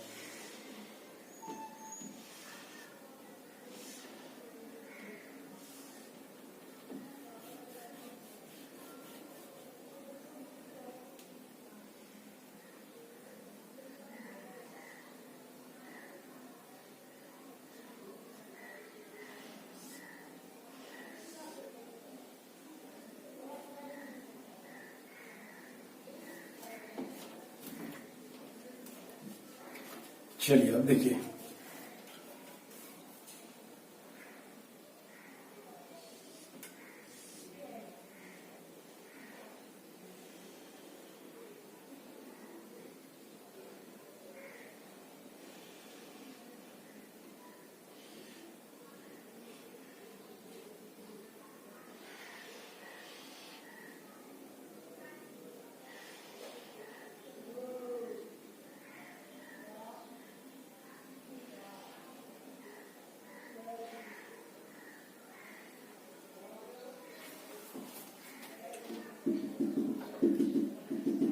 इसमें जो है इस जो टैंक बना हुआ है इसमें जो है गोबर और पानी को मिलाया जाता है। यहाँ पर उसको कहता है स्लरी। इसको जो है गोबर और पानी को मिला के उसको कहता है स्लरी। वो जो मिला हुआ रहता है फिर मिलाया जाता है, फिर यहाँ से धीरे धीरे यहाँ आके गिरता है। ठीक है। और एक और टैंक इधर रहता है।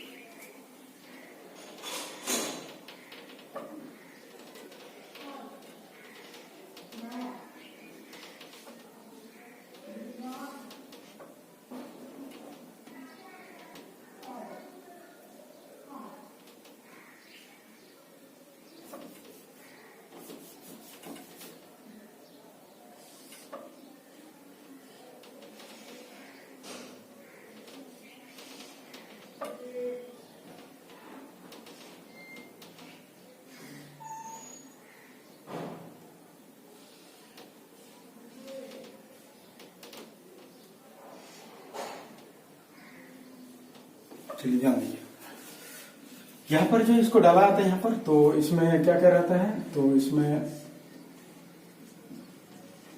वाटर प्लस डंग, मतलब क्या है, जल प्लस गोबर। ठीक है। चलिए, और इसमें ये पूरा ये जो हो गया डाइजेस्टर, ये डाइजेस्टर टैंक हो गया। ठीक है। और इसी में जो है पूरा ये सब इसी में रहेगा, इसी में बैक्टीरिया गोबर मिला हुआ रहेगा, उसमें बैक्टीरिया सब करेगा। ये जो टैंक हो गया इसी का नाम हो गया डाइजेस्टर टैंक। ठीक है। चलिए, और इसमें जो है स्लग रहेगा।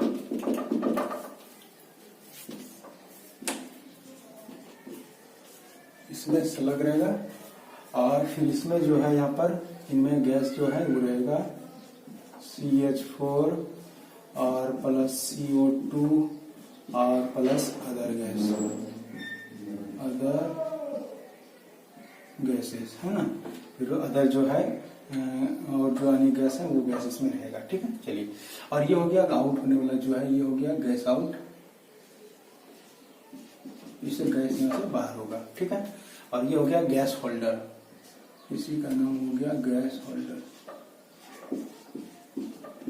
ये गैस होल्डर हो गया। ठीक है। चलिए, तो यहाँ पर जो आपका डायग्राम जो हम यहाँ पर बनाए, और यही जो चित्र हो गया किसका हो गया, तो बायो गैस प्लांट। ठीक है। और ये जो बनाया गया वो बनाया गया किसके थ्रू, तो ये बायोगैस जो बनाया गया है तो IARI के द्वारा बना गया है, मतलब IARI के द्वारा, है ना। इसी को बोलते हैं आप इंडियन एग्रीकल्चर रिसर्च इंस्टीट्यूट, इसी को बोलते हैं इंडियन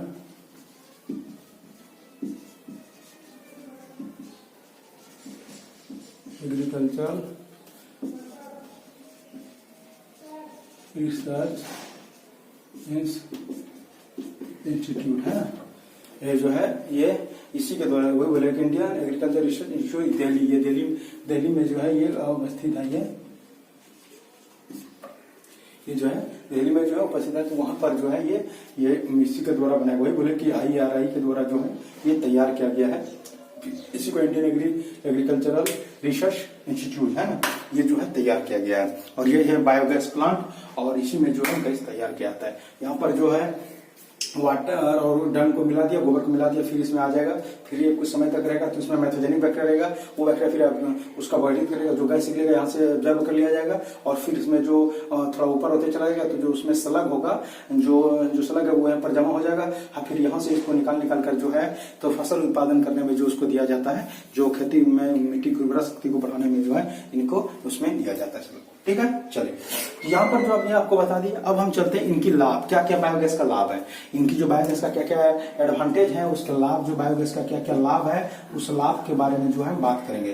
बायोगैस का लाभ, तो सबसे पहला बायोगैस का लाभ क्या है कि बायोगैस में जो है इसमें जो हानिकारक जो गैस होते हैं वो नहीं रहते हैं। तो जो ये बायोगैस है उसमें जो हानिकारक गैस वो नहीं रहते हैं, तो हानिकारक गैस नहीं रहने के कारण हमारी जो पर्यावरण है वो प्रदूषित नहीं होते हैं। ठीक है। दूसरा, बायोगैस से जो है काफी ज्यादा मात्रा में ऊष्मा निकलती है, बहुत ज्यादा मात्रा में ऊष्मा निकलती है, जिससे हमारी जो है बायोगैस की खपत कम होता है, अपनी देश की ऊर्जा कम खर्च होती है। ठीक है। चलिए अगला क्या बोले कि जो बायोगैस है, बायोगैस का जो उपयोग है इंजन चलाने में क्या आता है, बल्ब जलाने में क्या आता है, आप लोग भोजन बनाने में ईंधन के रूप में कर सकते हैं। ठीक है।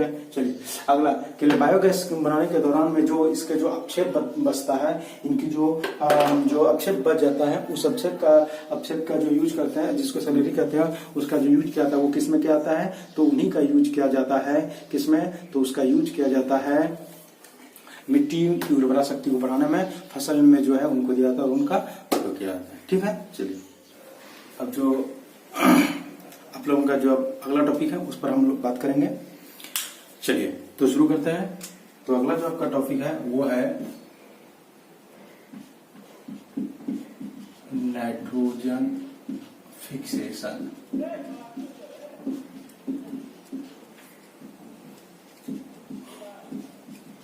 नाइट्रोजन का स्थिरीकरण।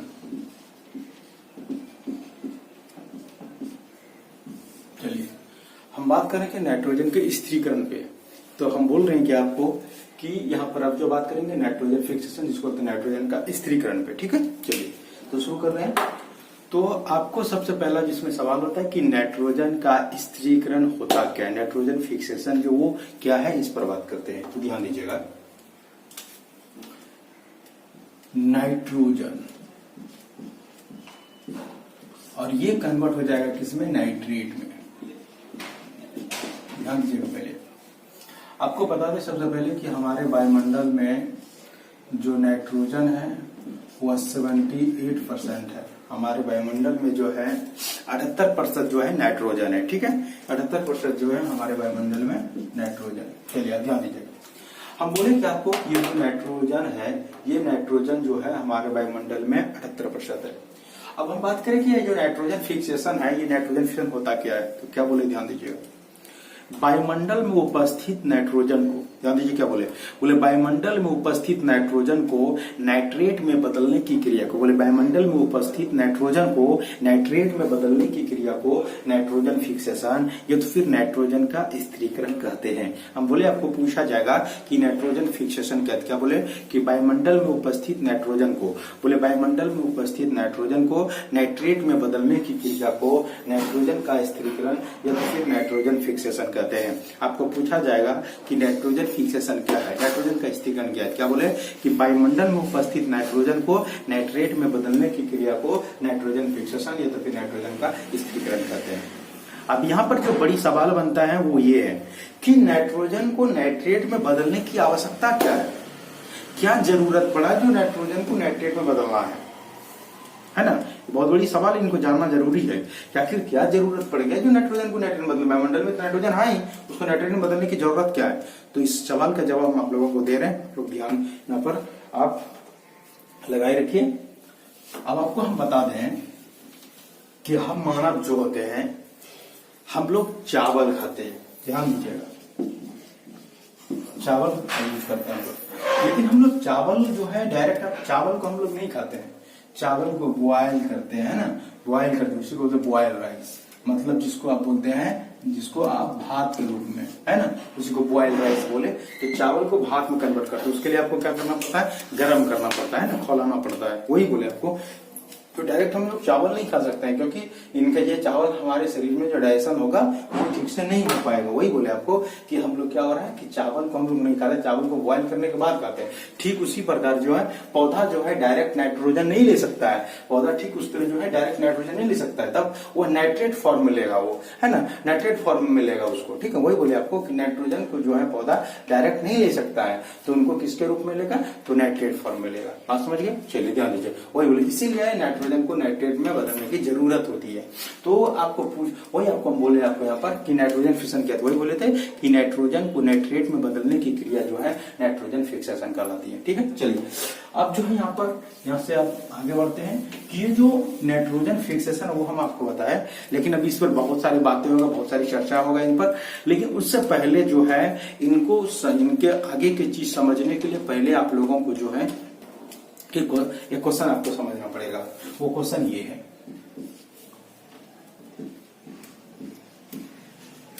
सहजीवी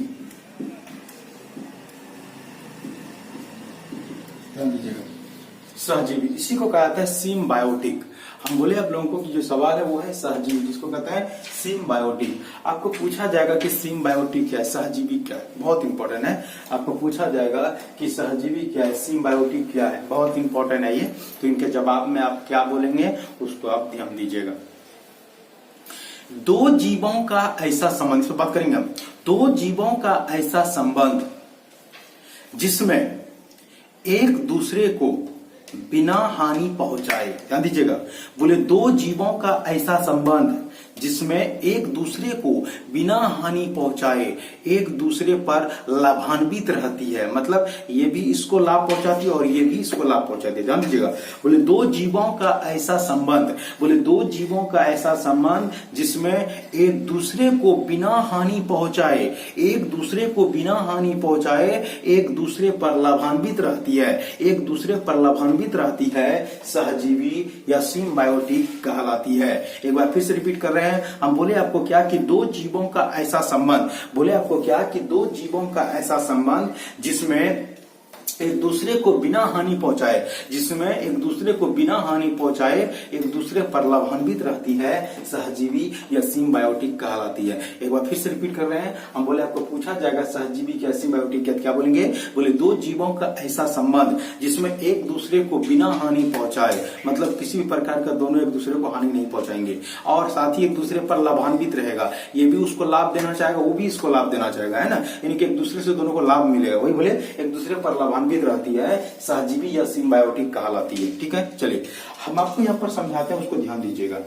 आपको एक अच्छी तरह से ढंग इस तरह से कि आप लोग रूम में रहते हैं, आप अपने जो जहां पर आप लोग पढ़ रहे हैं वहां पर जो है रूम लेके रह रहे हैं ना, तो वहां पर क्या हो रहा है, आप दोनों, आपका और आपके जो रूम मालिक है, दोनों के बीच का जो संबंध रिलेशनशिप कैसा है कि आप उनके रूम में रह रहे हैं, तो उनके बदले में आप उनको क्या दे रहे हैं, तो उनको पैसा दे रहे हैं।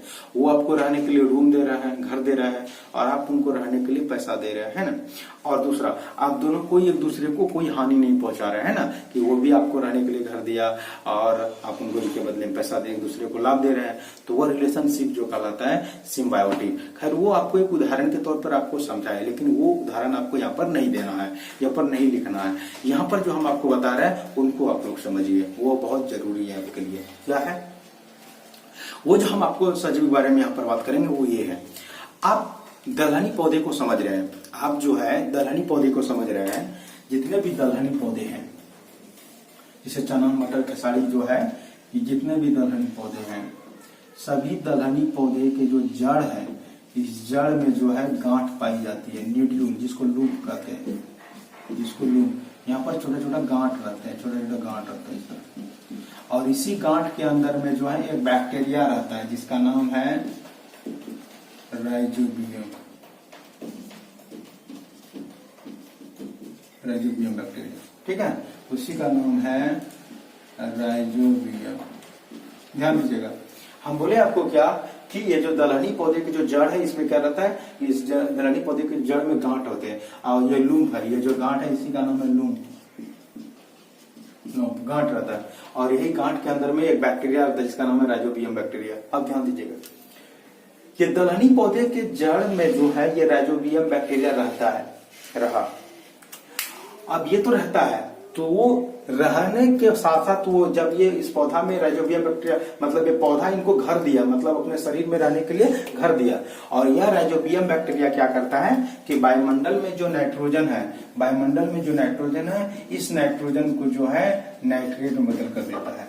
यही राइजोबियम बैक्टीरिया नाइट्रोजन को क्या करता है, नाइट्रेट में बदलता है और वो मिट्टी में जो है वो मिल जाता है, नाइट्रोजन को नाइट्रेट में बदल देता है। यहाँ पर जो नाइट्रोजन को नाइट्रेट में बदल देता है। तो अब क्या हुआ, इसको दलहनी पौधा रहने के लिए क्या घर दिया राइजोबियम बैक्टीरिया को, और राइजोबियम बैक्टीरिया उनके बदले में क्या दे रहा है, तो नाइट्रोजन को नाइट्रेट में बदल के दे रहा है, मतलब उनको ऊर्जा प्रदान कर रहा है ना। यही नाइट्रेट पौधे को जो है ग्रोथ करने में मदद करेगा, उनको एक तरह से ऊर्जा देती है। ठीक है, वही बोले आपको कि रहने के लिए उनको घर दिया और ये राइजोबियम बैक्टीरिया नाइट्रोजन को नाइट्रेट में बदल के दिया। तो दोनों के बीच के जो ये संबंध है, यही संबंध कहलाता है सहजीवी, इसी को कहते हैं सिम्बायोटिक। इसके अलावा होता है माइकोराइजा, उस पर हम बात करेंगे, पूरा आप लोगों को पढ़ाएंगे कि माइकोराइजा भी जो है, इसमें माइकोराइजा भी आता है। और माइकोराइजा क्या करता है कि पौधे को जो है ना उसमें जल अवशोषण क्षमता को बढ़ाती है, फिर वो जो है सूखा हुआ लवण उससे उसको बचाता है, उस पर भी हम बात करेंगे। चलिए, तो हम बात करें क्या, सिम्बायोटिक, जिसको सहजीवी, वही बोले आपको कि दो जीवों का ऐसा संबंध, वही बोलिए कि दो जीव है, एक बैक्टीरिया हो गया और ये क्या पौधा, वही बोले आपको कि दो जीवों का ऐसा संबंध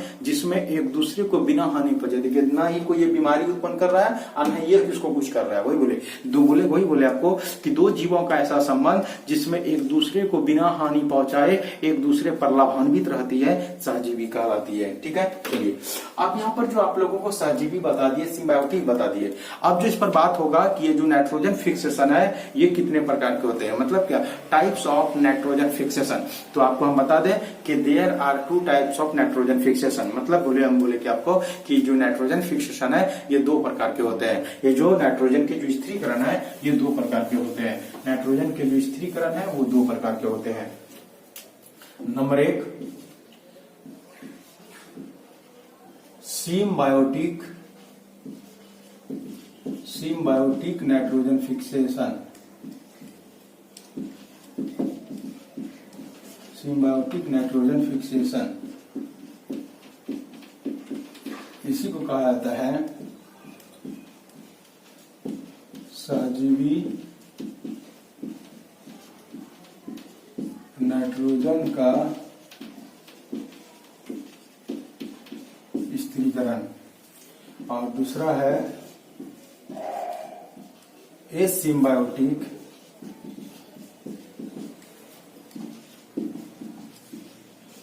नाइट्रोजन फिक्सेशन, इसको कहा जाता है असहजीवी नाइट्रोजन का स्थिरीकरण। चलिए अब एक एक करके हम लोग यहाँ बात करेंगे। तो सबसे पहले सिम्बायोटिक नाइट्रोजन फिक्सेशन, फिर इसका एसिम्बायोटिक नाइट्रोजन। ठीक है, चलिए तो शुरू करते हैं किसका, पहले symbiotic.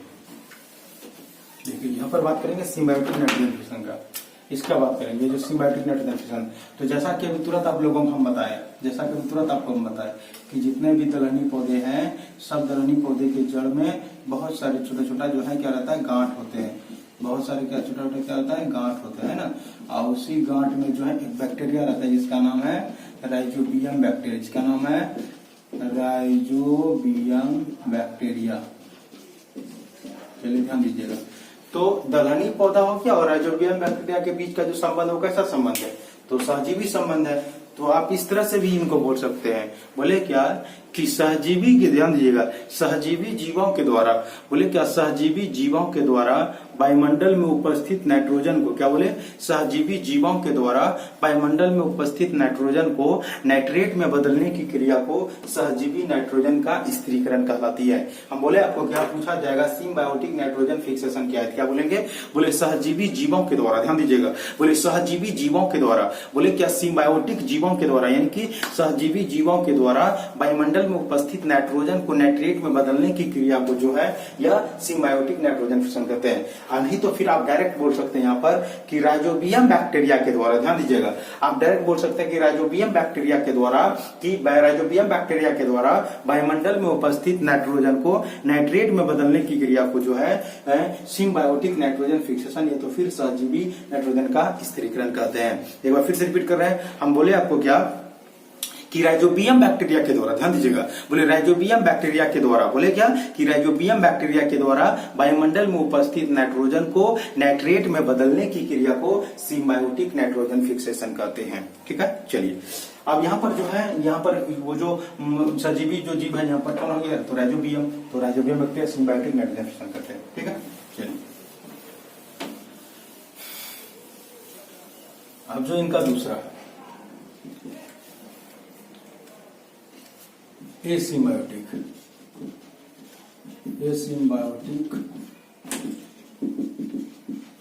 Nitrogen fixation, asymbiotic nitrogen fixation, ठीक है। अब एसिम्बायोटिक नाइट्रोजन क्या, उसको ध्यान दीजिएगा। कुछ शैवालों के द्वारा, ध्यान दीजिएगा, बोले कुछ शैवालों के द्वारा वायुमंडल में उपस्थित नाइट्रोजन को, बोले क्या कि कुछ शैवालों के द्वारा वायुमंडल में उपस्थित नाइट्रोजन को नाइट्रेट में बदलने की क्रिया को एसिम्बायोटिक नाइट्रोजन फिक्सेशन कहते हैं। हम फिर से रिपीट करते हैं, हम बोले आपको क्या कि एसिम्बायोटिक नाइट्रोजन फिक्सेशन जो है असजीवी नाइट्रोजन का स्थिरीकरण क्या है, बोले क्या कि कुछ शैवालों के द्वारा, बोले कुछ शैवालों के द्वारा वायुमंडल में उपस्थित नाइट्रोजन को, बोले क्या कुछ शैवालों के द्वारा वायुमंडल में उपस्थित नाइट्रोजन को नाइट्रेट में बदलने की क्रिया को एसिम्बायोटिक नाइट्रोजन फिक्सेशन कहते हैं। एक बार फिर से रिपीट कर रहे हैं, हम बोले आपको क्या कि कुछ शैवालों के द्वारा, क्या बोले कि कुछ शैवालों के द्वारा वायुमंडल में उपस्थित नाइट्रोजन को, बोले कुछ शैवालों के द्वारा वायुमंडल में उपस्थित नाइट्रोजन को नाइट्रेट में बदलने की क्रिया को एसिम्बायोटिक नाइट्रोजन फिक्सेशन कहते हैं। और वो जो कुछ शैवाल है, वो शैवाल कौन कौन है, तो पहला सवाल है नॉस्टॉक,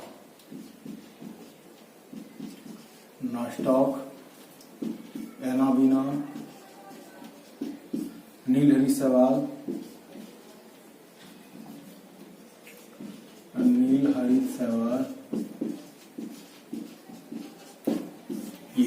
ये सब जो है ये शैवाल है, ये जो है ये शैवाल क्या करता है, ये वायुमंडल में उपस्थित नाइट्रोजन को नाइट्रेट में बदल देती है, ठीक है। चलिए, तो यहाँ पर जो आप लोगों को जो है यहाँ पर बिल्कुल आप लोगों को बता दिए, जैसे कि आप लोग दीवार पे जितने भी जो हरे हरे रंग के होते हैं उसको आप उखाड़ के जो है खेत में दे देंगे, तो भी आपके है खाद का काम करेगा ये सब, ठीक है।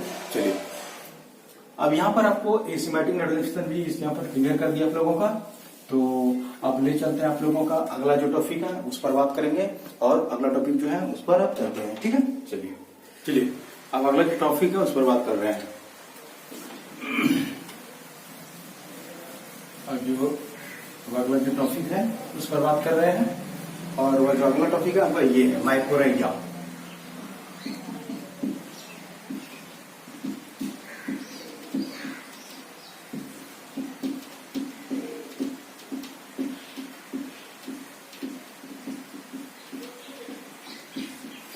अगला जो टॉपिक है उस पर बात कर रहे हैं, और वो आपका जो अगला टॉपिक है वो है माइकोराइजा।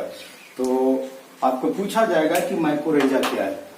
तो माइकोराइजा को समझने से पहले आप लोगों को एक सवाल समझना पड़ेगा, और ये जो सवाल है वो है विकसित प्लांट।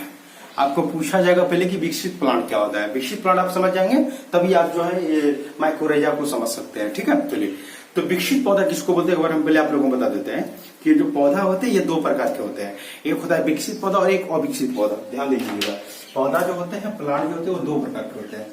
प्लांट जो होते हैं ये दो प्रकार के होते हैं, एक हो गया विकसित पौधा और दूसरा हो गया अविकसित पौधा।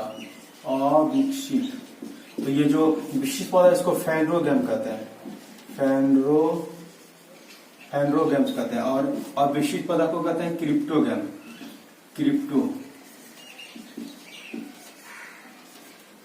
इसको कहते हैं क्रिप्टोगैम्स, ठीक है।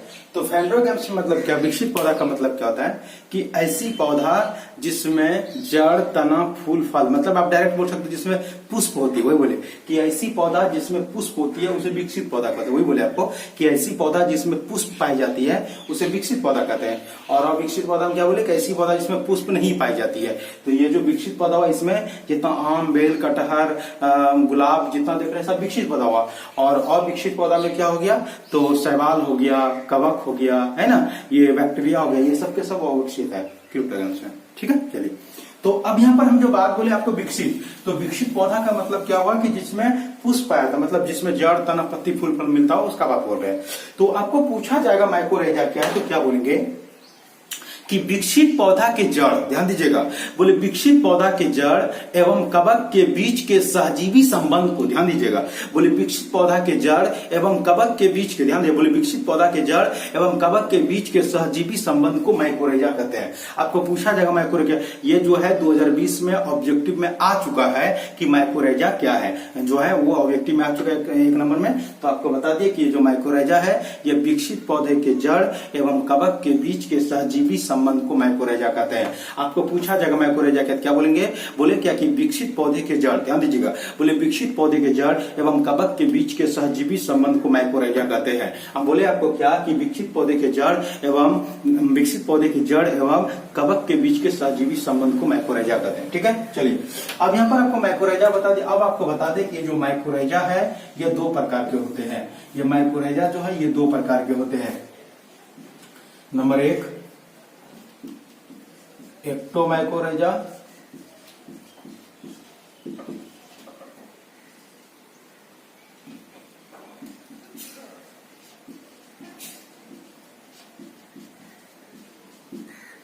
एक्टोमाइकोरेजा और दूसरा है इंडोमाइकोरेजा।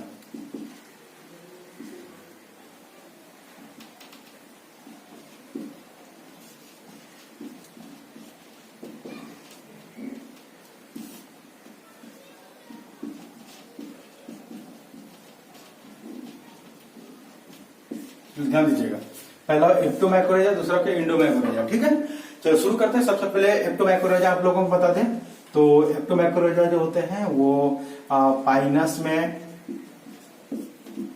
आक में, यूकेलिप्टस,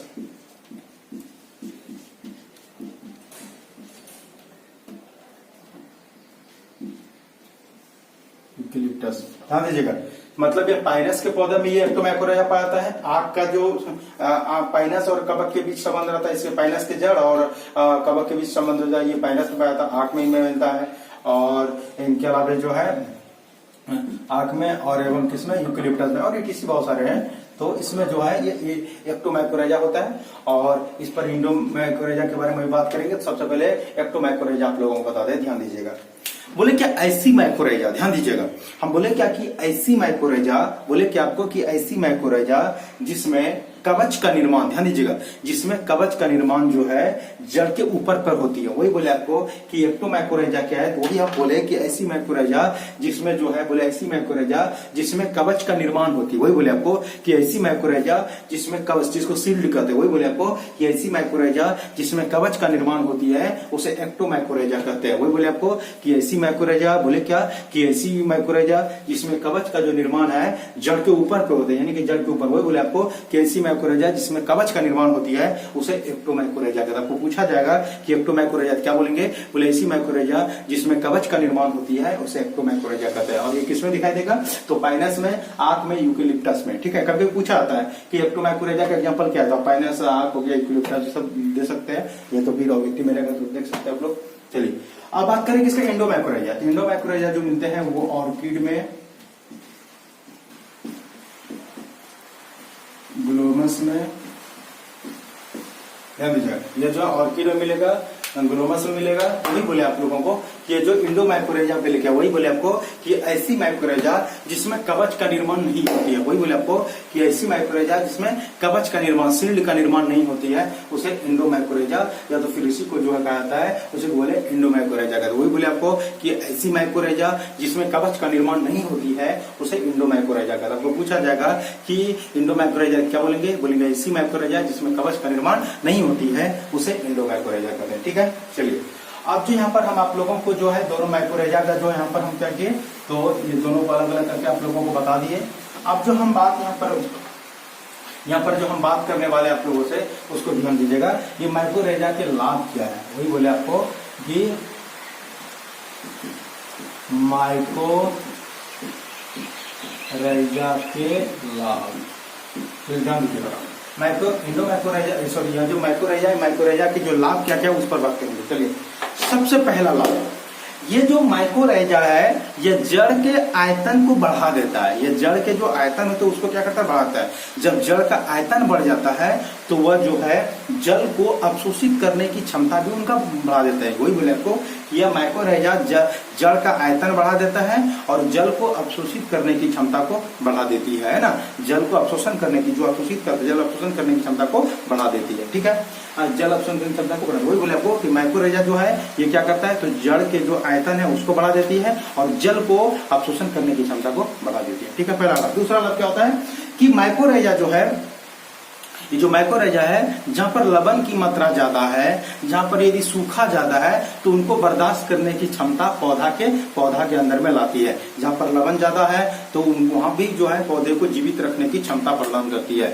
या तो फिर जहां पर सूखा पड़ने लगा तो उस पौधे को भी लंबे समय तक जीवित रखने में मदद करता है, तो वो जल को अवशोषित करके रखता है ताकि वो लंबे समय तक जीवित रह सकता है। ठीक है, चलिए अगला, ये जो माइक्रोरेजा है यह पौधे को कुछ विशेष तत्व भी प्रदान करती है। ये माइक्रोरेजा जो है पौधे को कुछ विशेष तत्व भी जो है वो प्रदान करती है, कुछ विशेष तत्व वो भी प्रदान करती है, जैसे जिंक हो गया, जिसको जस्ता भी कहते हैं, है ना, फॉस्फेट हो गया, जिसको फास्फोरस बोल सकती है, उसके बाद फिर जो है कॉपर हो गया, जिसको का संकेत है, वही बोले तो जिंक हो गया, फॉस्फेट हो गया, कॉपर, वही बोले आपको कि ये जो माइक्रोरेजा पौधे को कुछ विशेष तत्व भी प्रदान करती है, जैसे जिंक हो गया, फॉस्फेट हो गया, कॉपर हो गया। ठीक है, अगला पॉइंट में क्या बोले कि ये जो अगला जो लाभ है, माइक्रोरेजा जो है पौधे में जो बीमारी उत्पन्न करने वाले जो सूक्ष्म जीव है, कोई यदि अगर दूसरा कोई सूक्ष्म जीव आता है उसको बीमारी उत्पन्न करने के लिए, तो ये माइक्रोरेजा जो उनको क्या करता है, खत्म कर देता है, उसको नष्ट कर देता है। वो बोले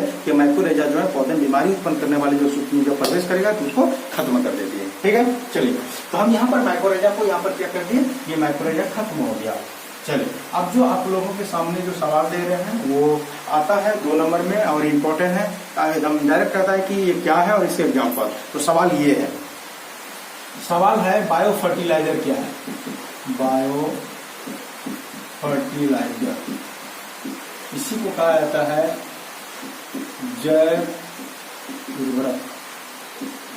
ध्यान दीजिएगा, सवाल आता है बायो फर्टिलाइजर क्या है और इसके एग्जाम्पल बताइए। ध्यान दीजिएगा, बायो फर्टिलाइजर, यहाँ पर साफ साफ शब्द बायो मतलब क्या, जिंदा, और उर्वरक मतलब क्या होता है, खाद होता है। वही बोले जब किसी जिंदा जीवों का उपयोग, ध्यान दीजिएगा, बोले जब किसी जिंदा चीजों का या जीवों को दिक्कत है, बोले जब किसी जिंदा जीवों का उपयोग मिट्टी की उपजाऊ शक्ति को बढ़ाने में किया जाता है। बोले आपको क्या कि जब किसी जिंदा जीवों का उपयोग मिट्टी की उर्वरा शक्ति को बढ़ाने में किया जाता है तो उसे बायो फर्टिलाइजर कहते हैं।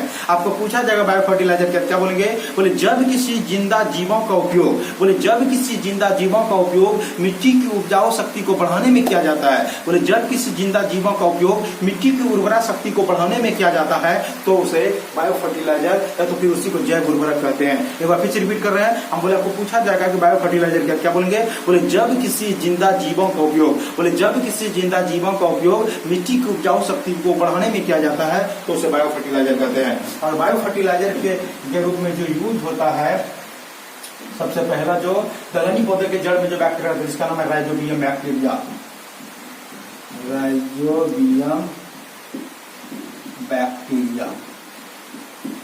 ठीक है, इसके अलावे जो है नीलहरी शैवाल,